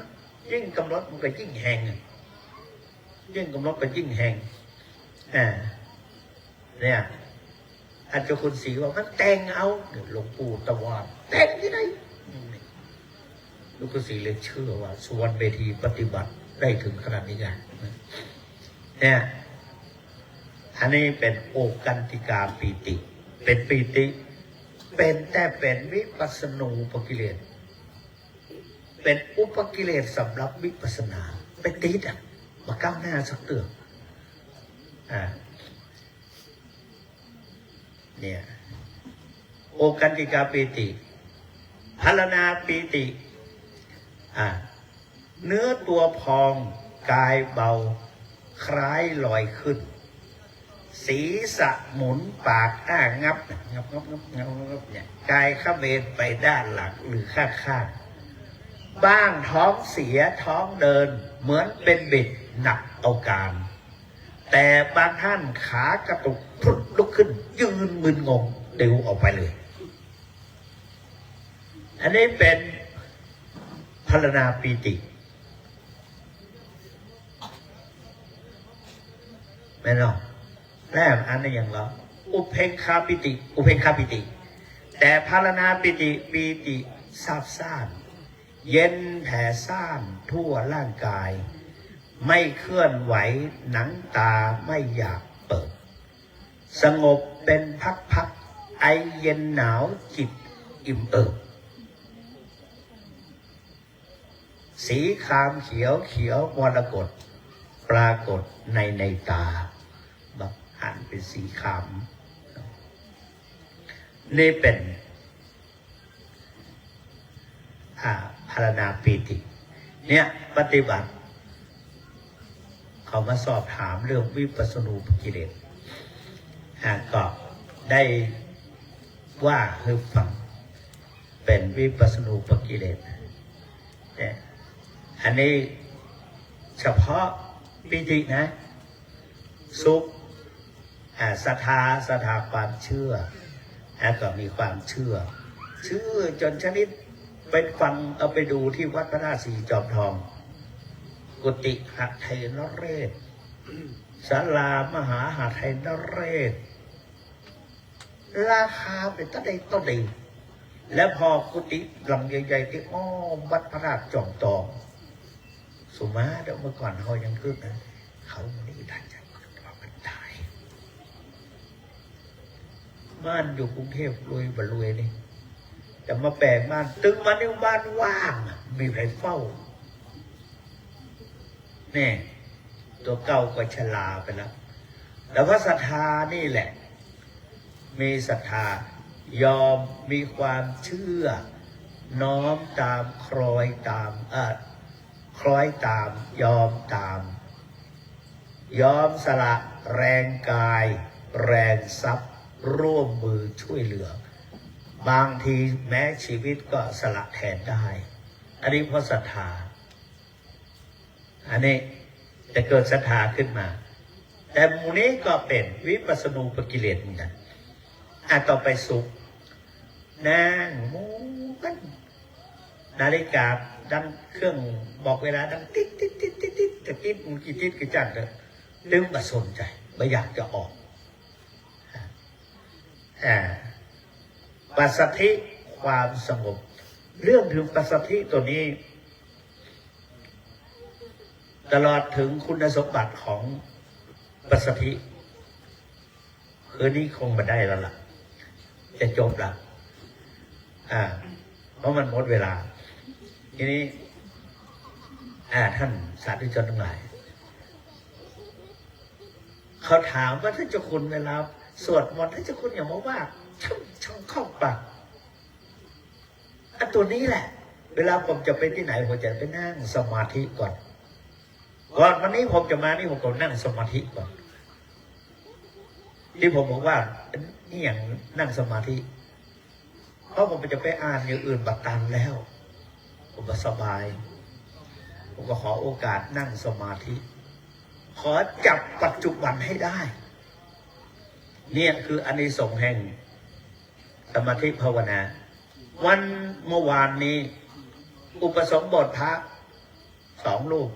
ผมก็ไม่ได้ท่องอะไรสักอย่างเพราะผมเป็นไข้ออกไปแบบนั้นแหละไอไปด้วยพอไปบอกอนุศาสตร์ทุกอย่างน่ะว่ามันได้หมดงงตนเองเนี่ยขอบคุณมากขอบคุณตัวเองที่ว่าก่อนจะมานะนั่งสมาธิเองก่อนนี่คือปัสสัทธิปักไข่หัก ปักแคหะคือจะมีสมาธิมากอุปทานปักแคหะจะมีความขยันมากคือแต่เป็นวิปัสสนูปกิเลสข้อสำคัญต้องกำหนดปัจจุบันให้ได้สิ่งเหล่านี้ที่จริงมีความขยันมากๆนั้นดีที่สุดและก็อุปทานนั้นสมาธิแรงบางทีนึกว่าตัวเองระลึกชาติได้นึกถึงอดีตเนี่ยมันทะลุ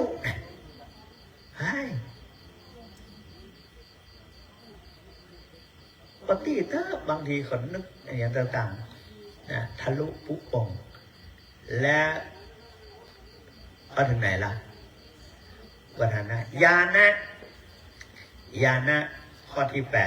8อุปกิเลสนะวิปัสสนาอุปกิเลสจะมีความรู้ว่าไอ้ตัวนี้สำคัญว่าเราปฏิบัติถึงขั้นนี้เพอพอใจอาจารย์มันบรรลงตัวเองไม่บรรลงไฟเราสามารถปฏิบัติได้ถึงขั้นนี้แล้วขั้นนี้ผลสุดท้ายออกมาได้อย่างสักอย่างเป็นหลงตัวเก่าและก็อุเบกขาคือมันจะวางเฉย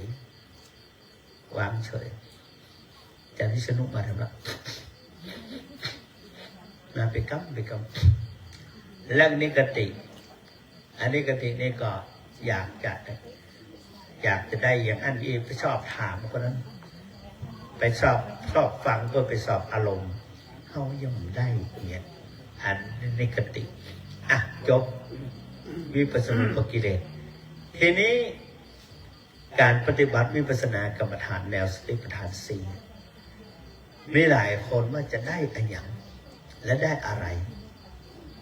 เอาปัจจุบันของคนเราที่จะมาใช้ในปัจจุบันจะได้ปัจจุบันเนี่ย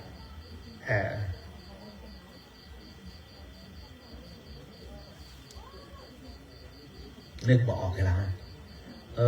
จะบอกเอาไปอ่านว่าเพราะฉะนั้นเราท่านทั้งหลายมาวันนี้ลืมได้เล่นไปนักนั่นแหละก็ไม่เวลาหมดพอดีเพราะฉะนั้นวันนี้ได้พูดเกี่ยวกับลืมแฝสัตตานังวิสุทธิยาเพื่อปฏิบัติวิปัสสนากรรมฐานเพื่ออะไรเพื่อความหมดจดความบริสุทธิ์แห่งจิตใจของสัตว์ทั้งหลายก็คือหมู่เฮาทั้งหลาย 2. เพื่อกำจัดความเศร้าโศกเสียใจพิไรรำพัน 3. เพื่อกำจัดความทุกข์กายทุกข์ใจ 4. เพื่อเข้าถึงหลักความจริงของชีวิตคืออริยสัจ 4 5. เพื่อบรรลุถึงที่สุดแห่งความสิ้นทุกข์คือพระนิพพานนิพพานังปรมังสุขขังพระนิพพานเป็นสุขอย่างยิ่งคิดออกแล้วจิตใจสงบปัจจุบันที่จะได้ปัจจุบันจิตใจสงบพบปัญญาปัญหาหายโรคภัยไม่ปรากฏทดแทนคุณพ่อแม่แผ่กุศลถึงเจ้ากรรมนายเวรถ้าเราปฏิบัติวิปัสสนากรรมฐานจิตใจสงบพบปัญญาปัญหาหายโรคภัยไม่ปรากฏทดแทนคุณพ่อแม่แผ่กุศลถึงเจ้ากรรมนายเวรเขาสมัยก็ถามว่ามีกี่ข้อจิตใจพอจะว่าทำรอบจิตใจสงบพบปัญญาปัญหาหายโรคภัยไม่ปรากฏทดแทนคุณพ่อแม่แผ่กุศลถึงเจ้ากรรมนายเวรมีกี่ข้อใครว่า6ยกมือขึ้น6ผมนับมันเกินนะวันนี้จิตใจสงบพบปัญญาปัญหาหาย โรคภัยไม่ปรากฏทดแทนคุณพ่อคุณแม่แผ่กุศลถึงเจ้ากรรมนายเวรนี่คือข้อปัญหา7 ข้อเนาะเพราะว่าพ่อกับแม่คนละคนแต่เอามาเปาะกันเทศนาประโยชน์สาในการเป็นที่สิ้นสุดลงแห่งพระธรรมเทศนาพุทธานุภาเวนะด้วยอนุภาพแห่งคุณพระพุทธเจ้าธรรมานุภาเวนะด้วยอนุภาพแห่งคุณพระธรรมเจ้าสังฆานุภาเวนะด้วยอนุภาพแห่งคุณพระสงฆ์เจ้าตลอดถึงทานที่ท่านได้สละศีลที่ท่านได้รักษาภาวนาที่ท่านได้อบรมทั้งหมดทั้งมวลจุงรวมกันเป็นตบะเดชะอภิบาลคุ้มครองป้องกันปกป้องรักษาหมู่เฮาทั้งหลายทุกท่านเอาแล้วดิให้แคล้วคลาดจากพยันตรายภัยพิบัติพบแต่ความสุขสวัสดิ์ที่พัฒนามงคลสมบูรณ์พูนผลดังที่ตนตั้งไว้จุเยื่องทุกประการส่วนที่2ขอถวายเป็นกุศลผลบุญติดตามท่านไปประจุจวดรอดถึงท่านพระมหาวิษณุจารุธรรมโมปรริยนธรรม4 ประโยค5 ประโยคแล้วก็ผู้ได้ละสังขารไปแล้วจงได้รับทราบและอนุโมทนาให้สำเร็จดังจุดประสงค์มุ่งหมายทุกๆประการรับประทานแสดงพระธรรมเทศนาเกี่ยวกับการปฏิบัติวิปัสสนากรรมฐานแนวสติปัฏฐาน4ก็เห็นสมควรแก่เวลาขอสมมุติยุติลงคงไว้แต่เพียงเท่านี้เอวังก็มีด้วยประการฉะนี้สาธุสาธุสาธุพระเดชพระคุณท่านเจ้าคุณอาจารย์ด็อกเตอร์ได้แสดงได้ทั้งอัดและทั้งรถเป็นที่เรียบร้อยเชิญอาจารย์ด็อกเตอร์ประกาศผู้ประเคนจัตุปัจจัยไทยธรรมกันเทศณบัดนี้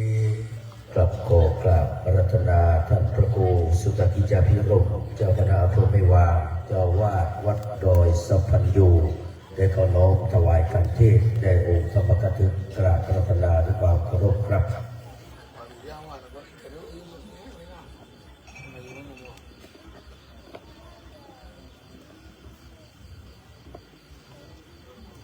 สาธุสาธุสาธุพ่อแม่ศรัทธาสาธุชนรับพรจากพระเดชพระคุณท่านเจ้าคุณอาจารย์ด็อกเตอร์ณบัดนี้เจ้ายะถาวาริวะหาภูราปริปุเรนติสาครังเอวะเมวะอิโตทินังเปตานังอุปกัปปติอิชิตังมติตังตุมหังคิปะเมวะสมิชฉตุสัพเพปุเรนตุสังกปาจันโทปนรโสยถามะนิโชเตระโสยถาสัพพิติโยวัจจันตุสัพพะโลกโควินัสตุมาเตภวัตวันตรายโยสุขีทีกายุโกภวะอภิวาทนาสีเลสะนิจังพุทธาปจายโนจตารโลธรรมาวัฏันติอายุวันโนสุขังภะลังสาธุสาธุสาธุต่อไปจะได้จุดธูปเทียนบูชาพระอภิธรรมอาจารย์นันเจศีด็อกเตอร์ประกาศผู้จุดธูปเทียนนะครับกราบอาราธนาท่านเจ้าคุณพระสุธีวชิรบัณฑิตผู้ช่วยศาสตราจารย์ด็อกเตอร์นะครับได้เมตตากับตามเทียนบูชาพระอภิธรรม ศรัทธาประนมมือเคารพต่อพระอภิธรรมท่านอาจารย์เจ้าอุดด็อกเตอร์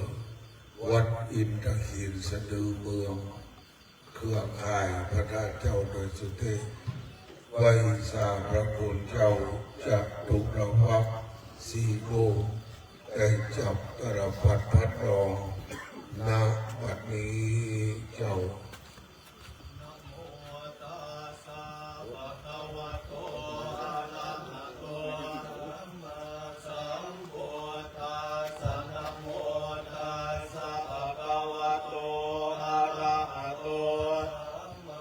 สัมพุทธัสสะนะโมตัสสะภะคะวะโตอะโตสัมมาสัมพุทธัสสะกุศลธัมมาธัมมาอภัยกตาธัมมากตเมธัมมากุศลยะสมิงสมัยเยวัจจารังกุศลังจิตตังอุปันนังโหติโสมานัสสะสะกตังญาณสัมปยุตโรปารามนังวาสัทธารามนังวารามนังวารสารามนังวาโพธาภารามนังวารามนังวายังวาปนาราปตัสสมิสมัยเยโสโหติอวิเคโปโหติเยวาตัสสมิสมัยเยเยปิอาทิปติจะสมุปันนาอรูปิโนธัมมา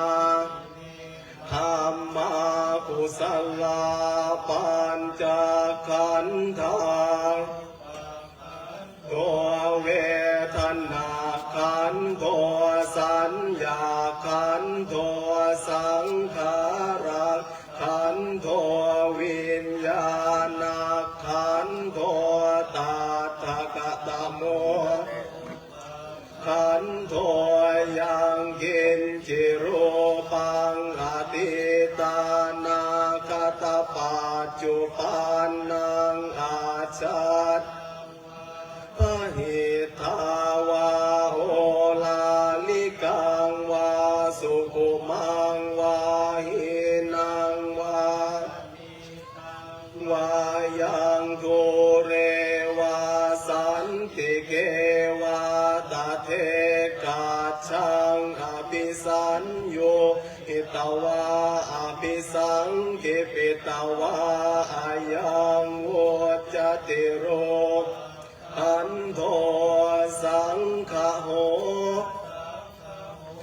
สังฆหิเตนะอาสังฆหิตังอาสังฆหิเตนะสังฆหิตังกหิเตนะสังฆหิตังอาสังฆหิเตนะอาสังสัมปโยโค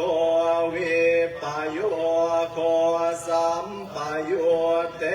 นะวิปโยตังปโยเตนะปโยตังอสังขหิตังชะปัญญาติโยยาติอายตนะปัญญาติธาตุปัญญาติอริยปัญญาติปุคลปัญญาติเกตาวตาปุคลานังปุคลปัญญาติสัมยวิมุตโตอาสัมยโตโกปะธัมโมอะโกปะธัมโมปริหานธัมโมอปริหานธัมโมเจตนา ราคณาภาโพปุถุชนโนโคตรภูพโยปารโตปารโตภาภาคมโนอาภาภาคมโนนิยโตอนิยโตนะโกภะเลติโตอะระหะอะระหะตายะปันโนปุคคโลนิสัจจิกาตปรมาเทนาติอามันตายโยสัตโทปรมาโทตโตโสปุคคโลอุปลาปฏิสัจจิกาปรมาเทนาตินะเอวังวัตตาอาสานาหิเน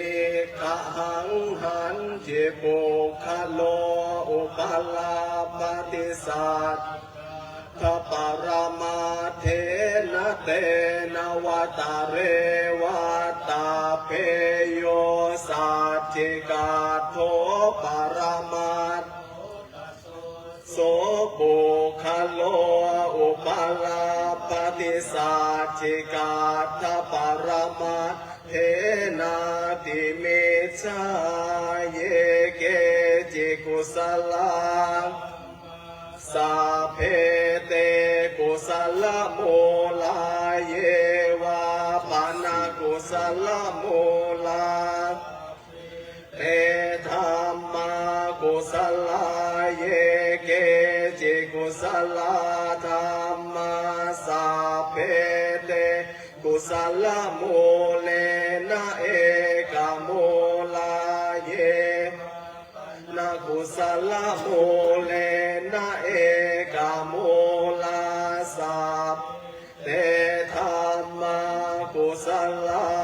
เหตุปัจจโยมนปัจจโยอธิปติปัจจโยอนันตรปัจจโยตรปัจจโยสหชาตปัจจโยอัญญมัญญปัจจโยยปัจจโยอุปเนสยปัจจโยปุเร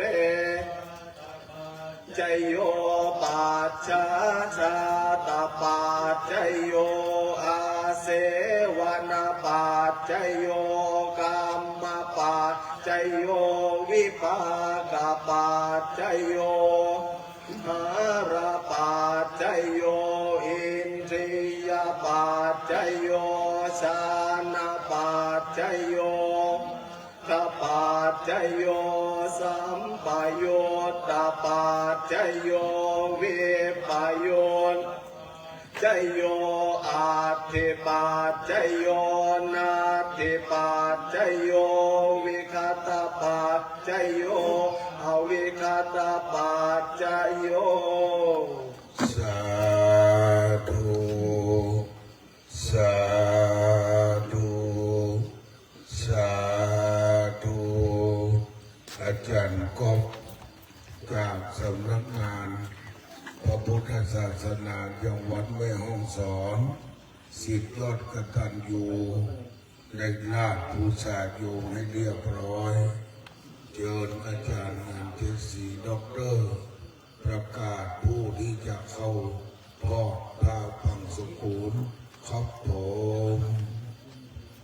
กับจากนี้ไปนะครับจะเรียนเชิญพี่น้องนะครับที่เป็นญาติวงวานของท่านอาจารย์พระมหาวิษณุจารุธรรมโมนะครับทีละ4 ท่านเนอะนะครับ ก็มีวาซีนะครับจารุธรรมรักษ์วาคือจารุธรรมรักษ์เซบือจารุธรรมรักษ์และลูดีจารุธรรมรักษ์4 ท่านแรกกันนะครับทอดแล้วชุดนี้ก็เป็นดังที่รับรองเนอะ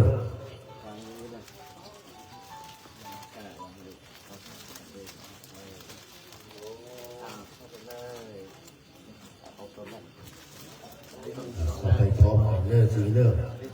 วางพร้อมกันแล้วก็ออกมาพร้อมกัน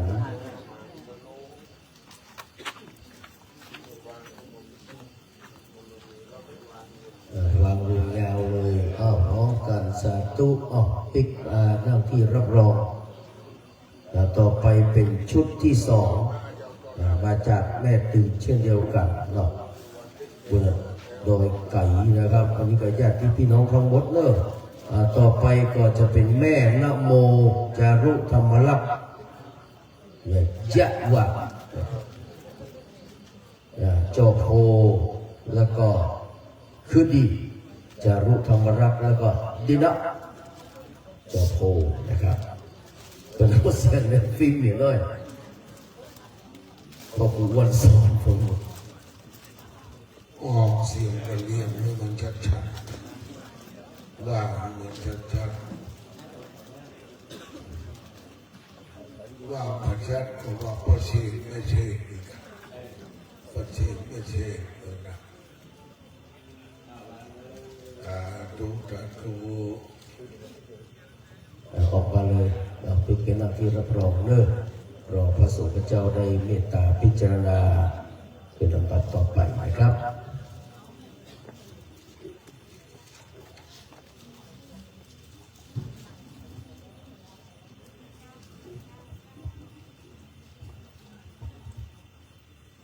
อนิจจาวตาสังขาราอุปาทวยธรรมิโนอุปัสสิตวานิโรชันติเตสังอุปัสสโมสุโขอนิจจาวตาสังขาราอุปาทวยธรรมิโนอุปัสสิตวานิโรชันติเตสังอุปัสสโมสุโขอนิจจาวตาสังขาราอุปาทวยธรรมิโนอุปัสสิตวานิโรชันติเตสังอุปัสสโมสุโขสาธุสาธุสาธุเจ้าหน้าที่จัดเก็บผู้สาโยมให้เรียบร้อยต่อไปอาจารย์ดร.นันทิศรีจะได้ประกาศผู้เจ้าหน้าที่ตั้งขวกินขวทานให้เรียบร้อยมีกันพระพุทธคือกันเจ้าพระดาราสังขายตนาแก้วทั้งสามในแล้วก็กันสวด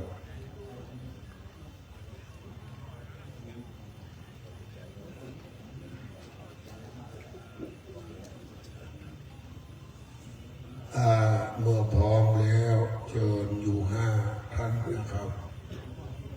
กับเป็นการถวายพระพุทธนะครับเป็นระดับแรก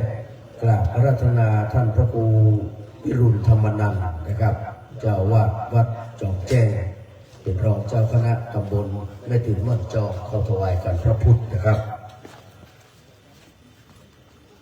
ในขณะที่ท่านพระครูวิรุณธรรมนันท์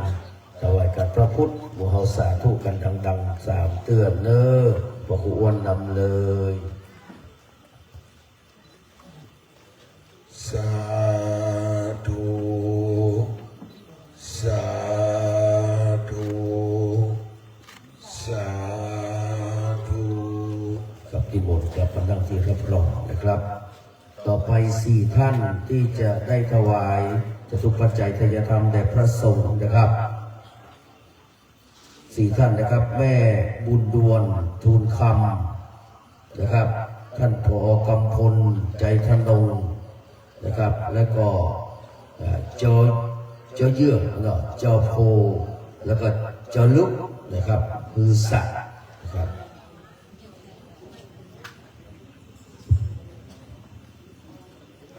เรื่องงานเผาน้ำมันนี่อันที่4นี่ได้เป็นด็อกเตอร์แม่ดวนกระเทยออกมาแล้วครับ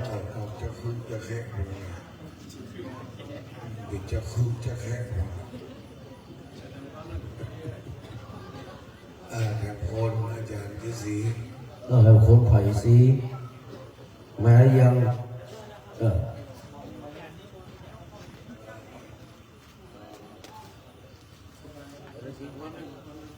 ไปสีไปยกประเคนเลยสาธุสาธุสาธุก็ไปนั่งที่เดิมน้ำหยาดหนึ่งครั้งก็เดี๋ยวแผ่เมตตาถึงเทพบุตรเทวดาเจ้าไหว้สาพระคุณเจ้าจตุรวังสีโลกจับตระปัดพัดรองขึ้นยะถาณบัดนี้เจ้ายะถาวาริวหาปุราปาริปุเรนติสาครังเอวะเมวะอิโตทินังเปตานังอุปกปปติอิจิตังปัตติตังตุมหังคิปะเมวะสมิจฉตุสัพเพปุเรนตุสังกปาจันโทปนรโสยะถามณิโชติรโสยะถาโยวิวาจันตุสาภาโรโควินาโกมาเตภวัตวันตารายโยสุขีอายุโกภวะอภิวาสิริสเนจังวุฒาปัจจายิโนจัตตารโอธรรมาวัฏันติอาวันโนสุขังภาลังอัฏฐาสิเมยาติเมตตาสาขาจะเมเปตานังขินังทัจฉาโกเพกตมโนสารังนางวาโสโกวายาวันยาปริเทวนานาตังเปตานามัตถายาเอวังติทันติยาตโยอายัญจะโคทาคินาสังฆัมหิสุปฏิทิตาทิคารตังหิตายาสันะโสอุปกาปฏิโสยาติธรรมโมจะอายังนิทัสสิโตนะภูสาจักตาอุรา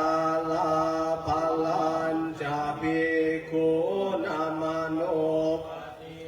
นางตมเหหิปุญญังปัสสุตังอนากั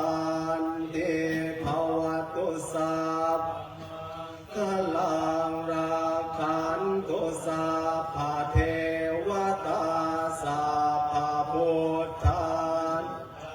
เวนัสสัทธาโสทิภวันตุเตภวตุสัพพมังราคันตุสัพพเทวตาสัพพธรรมานุภาเวนัสสัทธาโสทิภวันตุเตสัพพมังคลังราคันตุสัพพเทวตาสัพพสังฆานุภาเวนัสสัทธาโสทิภวันตุเตสาธุสาธุสาธุโบราณล้านนายังไม่เจ็ดดินแม่ตะจังหันนมสันปะตองเวียงเมไม่วางดอยสัพพันอยู่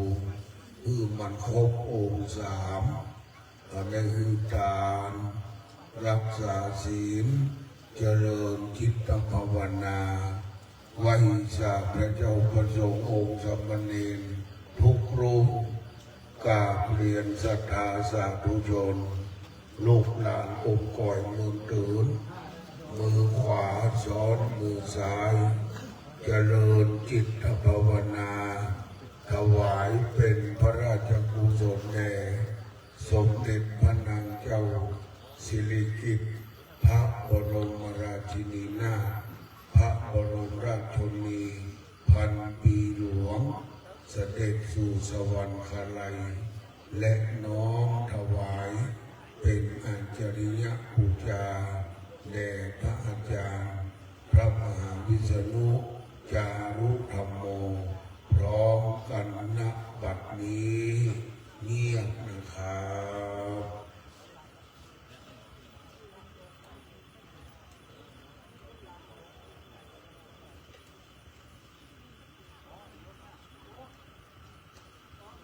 พอควรแก่เวลาสถาปนมมือขึ้นพระเดชพระคุณหลวงปู่ท่านเจ้าคุณพระสุพรหมยานเถระครูบาเจ้าพรหมาพระมัจจโกเจ้าวาดวัดพระพุทธบาทตากผ้าพระอารามหลวงเมืองเวลุขามปัสสังละปูนย้ำเตือนว่าภาวนาหน่อยนี้หมอกไก่กุ้งกินน้ำจางกะทิหู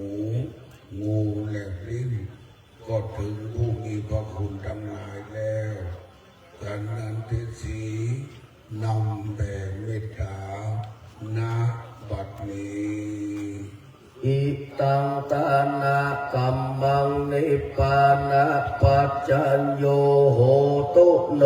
นิจจังอิตังศีลกัมมังนิพพานะปัจจัญโยโนนิจจังอิตังภาวนากัมมังนิพพานะปัจจัญโยโหตุโนนิจจังยังกินจิกุสลังกัตตพังกัมมังกะตังปุญญังโนอนุโมทันโตสุนันโตพนโตเยเตวะอัสสมิงทานเนอาทิกาตาทิกายุกังพนโตสัพพะสัตตานังสุขีอัตตานังปาริหะรันโตมาตาปิตาสุขิตาหนโตปโมจจันโตสัพเพญาตกาสุขิตาหนโตภุคาปโมจจันโตสัพเพอัญญาตกาสุขิตาหนโตปโมจจันโตสัพเพปิสาสัพเพยัคขาสัพเพเปตาสุขิตาหนโตปโมจจันโตสัพเพนัคขตาสุขิตาหนโตภุคาปโมจจันโตสัพเพเทวาโตทุกขาปโมจจันโตสัพเพอาจาริยุปัจจายาสุขิตาหนโตทุกขาปโมจจันโตสัพพะสัมปัตตินังสาตุโวเงียบเนอท่านหนุ่มเด็กน้อยศรัทธาสาธุชนลูกหลาน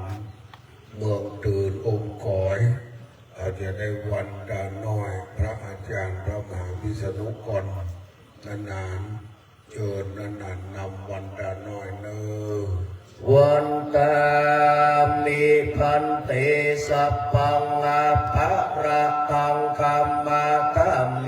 พันเตกตังปุญญังสามินาอนุโมทิตาพังสามินากตังไมหังคาตพังสาธุสาธุอนุโมทามิยะถานามตังมณฑลพิธีประนมมือขึ้นเราจะวันตาน้อยพระมหาเถระมัชฌิมเถระอนุเถระสามเณรทุกรูปทั้งอรัญญวาสีวัดป่าขาม าวาสีวัดบ้านพระสังฆเจ้าอาวุโสในมณฑลพิธีนี้คืนนี้พระเดชพระคุณท่านเจ้าคุณพระสุวรรณเมธีด็อกเตอร์อายุ72พรรษา52พอเกิดพศ97พระเดชพระคุณท่านอาจารย์ด็อกเตอร์ครูบาพระมหาสวัยเทวปุญโญ70พรรษา50พอเกิด2499และจุดโดดอยู่องค์นั่นที่สี่ด็อกเตอร์วันดาน้อยเนอ วันตามิพันเตสัพพังอาภะระคังคัมมาธัมเมพันเตกตังปุญญังสามินาอนุโมทิตัพพังสามินากตังไมหังคาทัพพังสาธุอนุโมทามิ จัตตาโลธรรมาวัฏันติอายุวันโนสุขังภะลัง สาธุสาธุ เงียบต่อไปในนามพระเดชพระคุณหลวงพ่อท่านเจ้าคุณพระธรรมเสนาบดีเจ้าคณะภาค7ได้มีเถระบัญชาลงมาว่าพระเดชพระคุณท่านเจ้าคุณอาจารย์พระสิทธิวชิรานุกูลผู้ช่วยเจ้าวาดวัดพระบรมธาตุเจ้าโดยสุเทพรองเจ้าคณะอำเภอเมืองเชียงใหม่วัดโลกมูลีเป็นรองประธานจัดงานได้กล่าวขอบคุณพระธรรมกถึกองค์เทศองค์ส่วนและพระสังฆเจ้าทั้งหลายและศรัทธาลูกหลานทั้งหลายณบัดนี้ศรัทธาปนมมือเงียบไปอู้กันเนอะ ขอถวายความเคารพพระเดชพระคุณหลวงพ่อพระสุวรรณเมธีองค์ธรรมกถึกในค่ำคืนนี้ขอถวายความเคารพยังพระมหาเถรานุเถระผู้มีเมตตาไมตรีจิตต่อท่านพระอาจารย์พระมหาวิษณุจารุธรรมโมได้มาร่วมกันประกอบกิจเป็นทักษิณานุกิจอุทิศบุญกุศลในวันนี้ตามดำริของพระเดชพระคุณหลวงพ่อพระธรรมเสนาบดีผู้เป็นเจ้าวาดวัดพระธาตุเจ้าดอยสุเทพเจ้าคณะภาค7ผู้เป็นประดุจพ่อของพระสงฆ์ทั้งปวงที่เป็นลูกศิษย์ในเครือข่ายของวัดพระธาตุดอยสุเทพทุกๆรูปที่เป็นเพื่อนสหธรรมิกกันในโอกาสที่เขาบำเพ็ญกุศลก่อนการประชุมเพลิงมาโดยลำดับตั้งแต่วัดเจ็ดรินเป็นต้นมาตลอดจนถึงญาติโยมทั้งหลายก็ได้มาร่วมกันแสดงออกถึงความอาลัยแสดงออกถึงกตัญญูตธรรมที่มีต่อท่านมหาวิษณุจารุธรรมโมที่ได้นำพาญาติโยมทั้งหลายประพฤติปฏิบัติในการได้แสวงบุญในการได้ประกอบกิจอันเป็นกุศลทั้งหลายทั้งปวงตลอดชีวิตของท่านที่ดำรงอยู่ได้ปฏิบัติศาสนกิจสนองกิจพระศาสนาสนองคุณครูบาอาจารย์ตามที่พระเดชพระคุณหลวงพ่อได้มอบหมายให้อย่างบังคับตกบกพร่องจนวันและวินาทีสุดท้ายก่อนที่จะได้เข้าไปรักษาตัวในโรงพยาบาลแล้วก็ถึงการแห่งมรณะใน ที่สุดนี้กุศลทั้งหลายทั้งปวงที่เราท่านทั้งหลายทั้งสมณะศรัทธาและมูลศรัทธาญาติโยมทั้งหลายได้ร่วมกันประกอบไปตามดำริแห่งพระเดชพระคุณหลวงพ่อก็ว่าจะเป็นกุศลทักษิณานุกิจอุทิศผลบุญเป็นกุศลเป็นเตือนให้ท่านพระมหาได้เสวยในสัมปรายภพในฐานะแห่งตนที่ปรากฏอยู่โดยสมควรหากได้รับทราบและอนุโมทนาแล้วขอกุศลผลบุญทั้งหลายเหล่านี้ได้สำเร็จสมดังความมุ่งมากปรารถนาแห่งพระเดชพระคุณหลวงพ่อเป็นต้นตลอดจนถึงครูบาอาจารย์ทั้งหลายสหธรรมิกทั้งปวงและญาติโยมทั้งหลายได้ร่วมกันทำมาโดยลำดับในจนถึงคืนนี้เป็นค่ำคืนสุดท้ายในการบำเพ็ญกุศลที่จะประชุมเพลิงกันต่อไปในวันพรุ่งนี้ก็ขอกราบขอบพระคุณในเมตตาธรรมของพระเดชพระคุณหลวงพ่อองค์ธรรมกถึกตลอดจนถึงพระสงฆ์ทั้งปวงที่มาร่วมกันและอนุโมทนาบุญกับศรัทธาญาติโยมทั้งหลายบ้านไกลบ้านไกลที่ได้มากันขอกุศลบุญต่างทั้งหลายในที่นี้เป็นปฏิพรย้อนกลับมาพบกับรักษาทุกรูปทุกท่านให้ได้ถึงความสุขเจริญยิ่งด้วยจะดุลพิษความใจอายุวันนะสุขภละปฏิภาณธรรมสารคุณสังสมบัติโดยทั่วกันทุกรูปทุกท่านด้วยเถิดสาธุสาธุสาธุหลับดีฝันดีโชคดีตลอดไปกราบพระรัตนตรัยพร้อมกันนะครับอะระหังสัมมาสัมพุทโธภะคะวาพุทธังภะคะวันตังอะภิวาเทสวากขาโตภะคะวะตาธัมโมธัมมังนัมมัสสามิสุปฏิปันโนภะคะวะโตสาวกสังโฆสังฆังนะมามิลำดับต่อไปลูกหลานของอาจารย์พระมหาพิษณุลุกออกจากที่นั่งไปแว่กันที่ประชาจะได้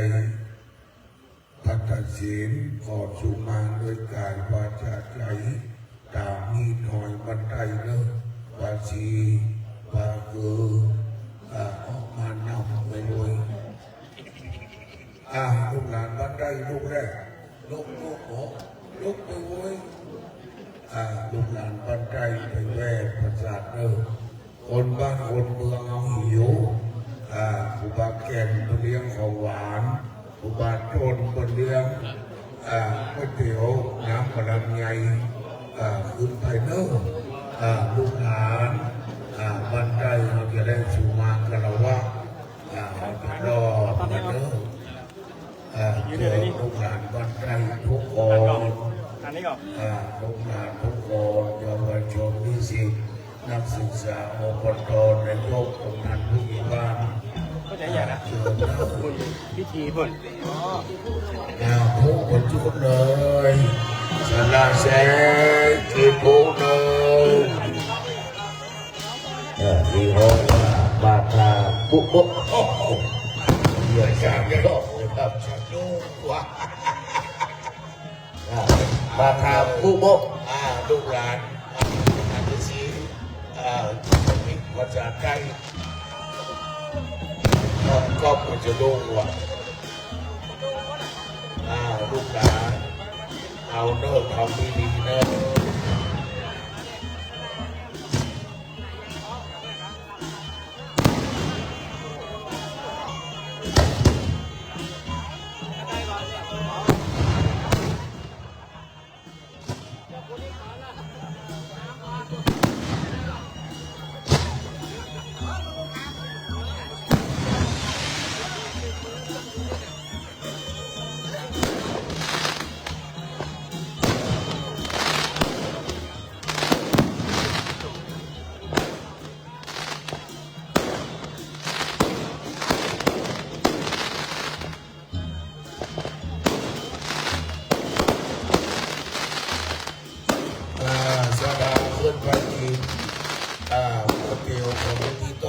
นมเย็นเลิกลูกหลานบ้านไทยมานำละยกขบวนจากเมืองตื่นและเข้าสมทบทำพิธีด้วยกันเนอะเอาไว้กันนะครับ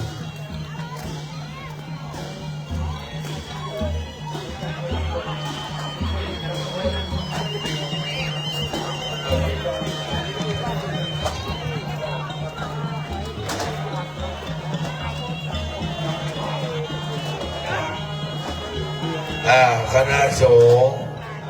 เมืองตื่นม่อนจองเนอะไหว้ศาสตราจารย์เจ้าคณะอำเภอแม่วางบันพรเนอะลูกหลานวัดกสินเนอะเพียงขวาด้วยกันนี่เป็นที่น้อยลูกหลาน3 หอบเนอะกายกรรมปัจจิกรรมมโนกรรม3 สั่งจุเจริญเจริญนะวาริวนาภูราบริปุณติสาคารังเอวะเมวะอิโตตินังเปตนังอุปกัปปติอิชิตังปฏิตังตุมังกิปะเมวะสมิจจตุสัพเพปุเรนตุสังกัปปะจันโตปนรโสยถามณิโชติลโสยถามานีปฏิมานีมูลสัทธาและสมณสัทธาเจ้าทั้งหลายทั้งบนแม่ตื่นที่พักสงฆ์บ้านห้วยน้ำเย็นและมูลสัทธาเจ้าทั้งหลายก็ได้ขนมคงไปนอกจากเราวัดสัตเตไตยตาทั้งหลายพวกท่านมีวัดสัทธาวัดสมณสัทธาในตะโพก็ได้น้อมมาทำบุญในงานประชุมเพลิงฟังพระมหาวิษณุจารุธรรมโมขอให้บุญกินบุญทานของมูลสมณสัทธาและมูลสัทธาเจ้าทั้งหลายจงไปประพฤติเกียรติสนาสงการพัฒนาอันอยู่อันไปนั่นจึงจะมีตั้งแต่เดลีอายันตโมสักขุนาทินาสัมปมิสุนันติติตาสิการตังกายสัทธานาโสอุปกัปปติโสยัติธรรมโมจายังนิทัสสิโตเปตนะปูชาจักตะอุลานาภวัญจปิตุสุขนุปตินังลุเมหิปุญญังปัสสุตังอนัปปะคันติโภตุสัพพมังคลังรัตตุสัพพเทวตาสัพพพุทธานุภาเวนะสัพพะปฏิภวันตุเตภวันตุสัพพมังคลังรัตตุสัพพเทวตาสัพพธรรมานุภาเวนะสัพพะปฏิภวันตุเตภวันตุสัพพมังคลังรัตตุสัพพเทวตาสัพพะสังฆานุภาเวนะสัทธาโสติภวันตุเต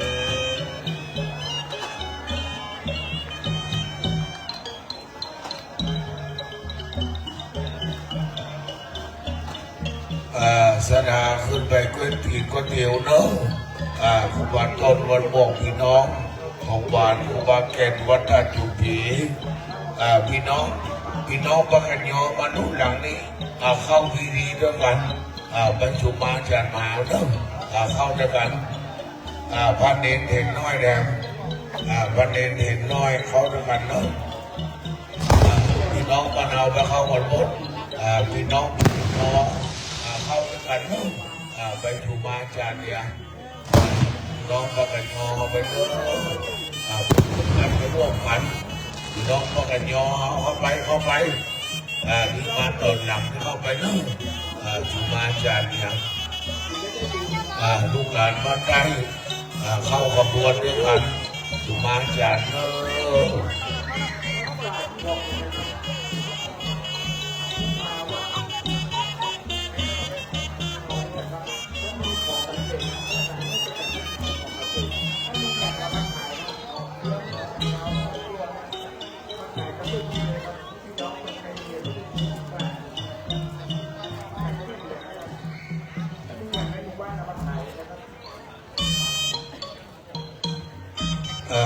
เจิญสถานในลูกหลานอำเภอองค์กอยเมืองตื่นม่อนจองเขามือเมื่อทำพิธีสุมางคารวะต่อท่านพระอาจารย์พระมหาวิษณุยานุภโภแล้วก็ขึ้นไปกินก๋วยเตี๋ยวกินของหวานจากครูบาแก่นครูบาต้นนะครับเด้อขอขอบคุณพระเจ้าประสงค์เมืองตื่นม่อนจององค์กอยและลูกหลานได้เดินทางมาถึงแล้วก็ขอขอบคุณโดยพระพุทธเจ้าได้มาจำวัดนอนมาร่วมในงาน เริ่มสร้างทรงสการในวันพรุ่งนี้นะครับเริ่มวันอิสาเชิญพี่น้องในรอบสองอยู่พันเอกจะเข้ากับเขาเริ่มพันเอกที่อายุหนุ่มน้อยเขาเป็นโตเกิลเขาเป็นโตเกิลลูกพระลูกเนรเข้าไปเลยลูกพระลูกเนรเข้าไปชุมางกันวะดังนั้นแม่ท่านนี้เป็นรอบที่สองแล้วใครรักเก่าเป็นเก่ามันเอาเก่าเนิ่ม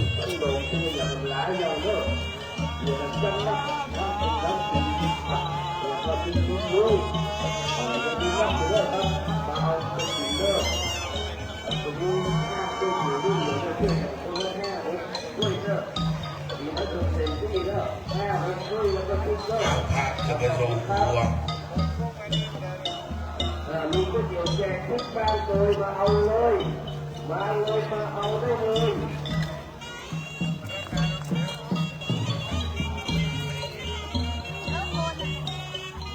นี่ก็ตก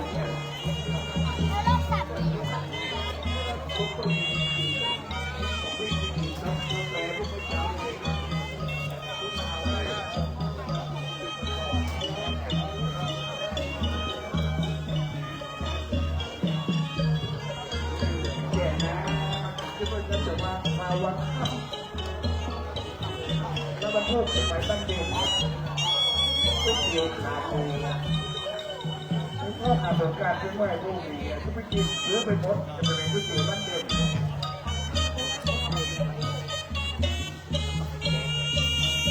ทุกเดียวลำไยเนี่ย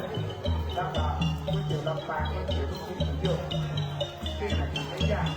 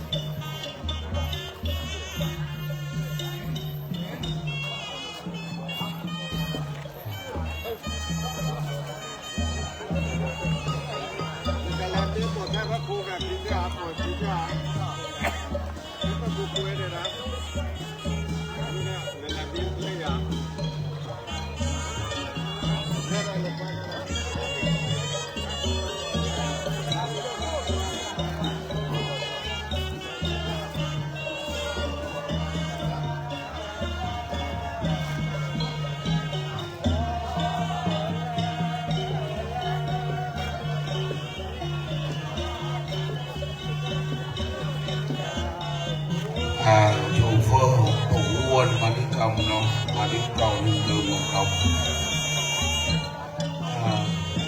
เอาไม้พี่น้องภาษีเอาไม้เวลาจะวาดคำท้องเอาไม้ไปเลยเอาไม้ไปภาษีเอาไม้เพชรเอาไม้พระเจ้าไปเลยเดี๋ยวไปพร้อมๆกันภาษีเอาไม้ไปจะวาดเลยจะห้องเพลงอย่างว่าแล้วมันจบแล้วนี่น้อยมันเอาภาษีว่าเลยมันจบละปิด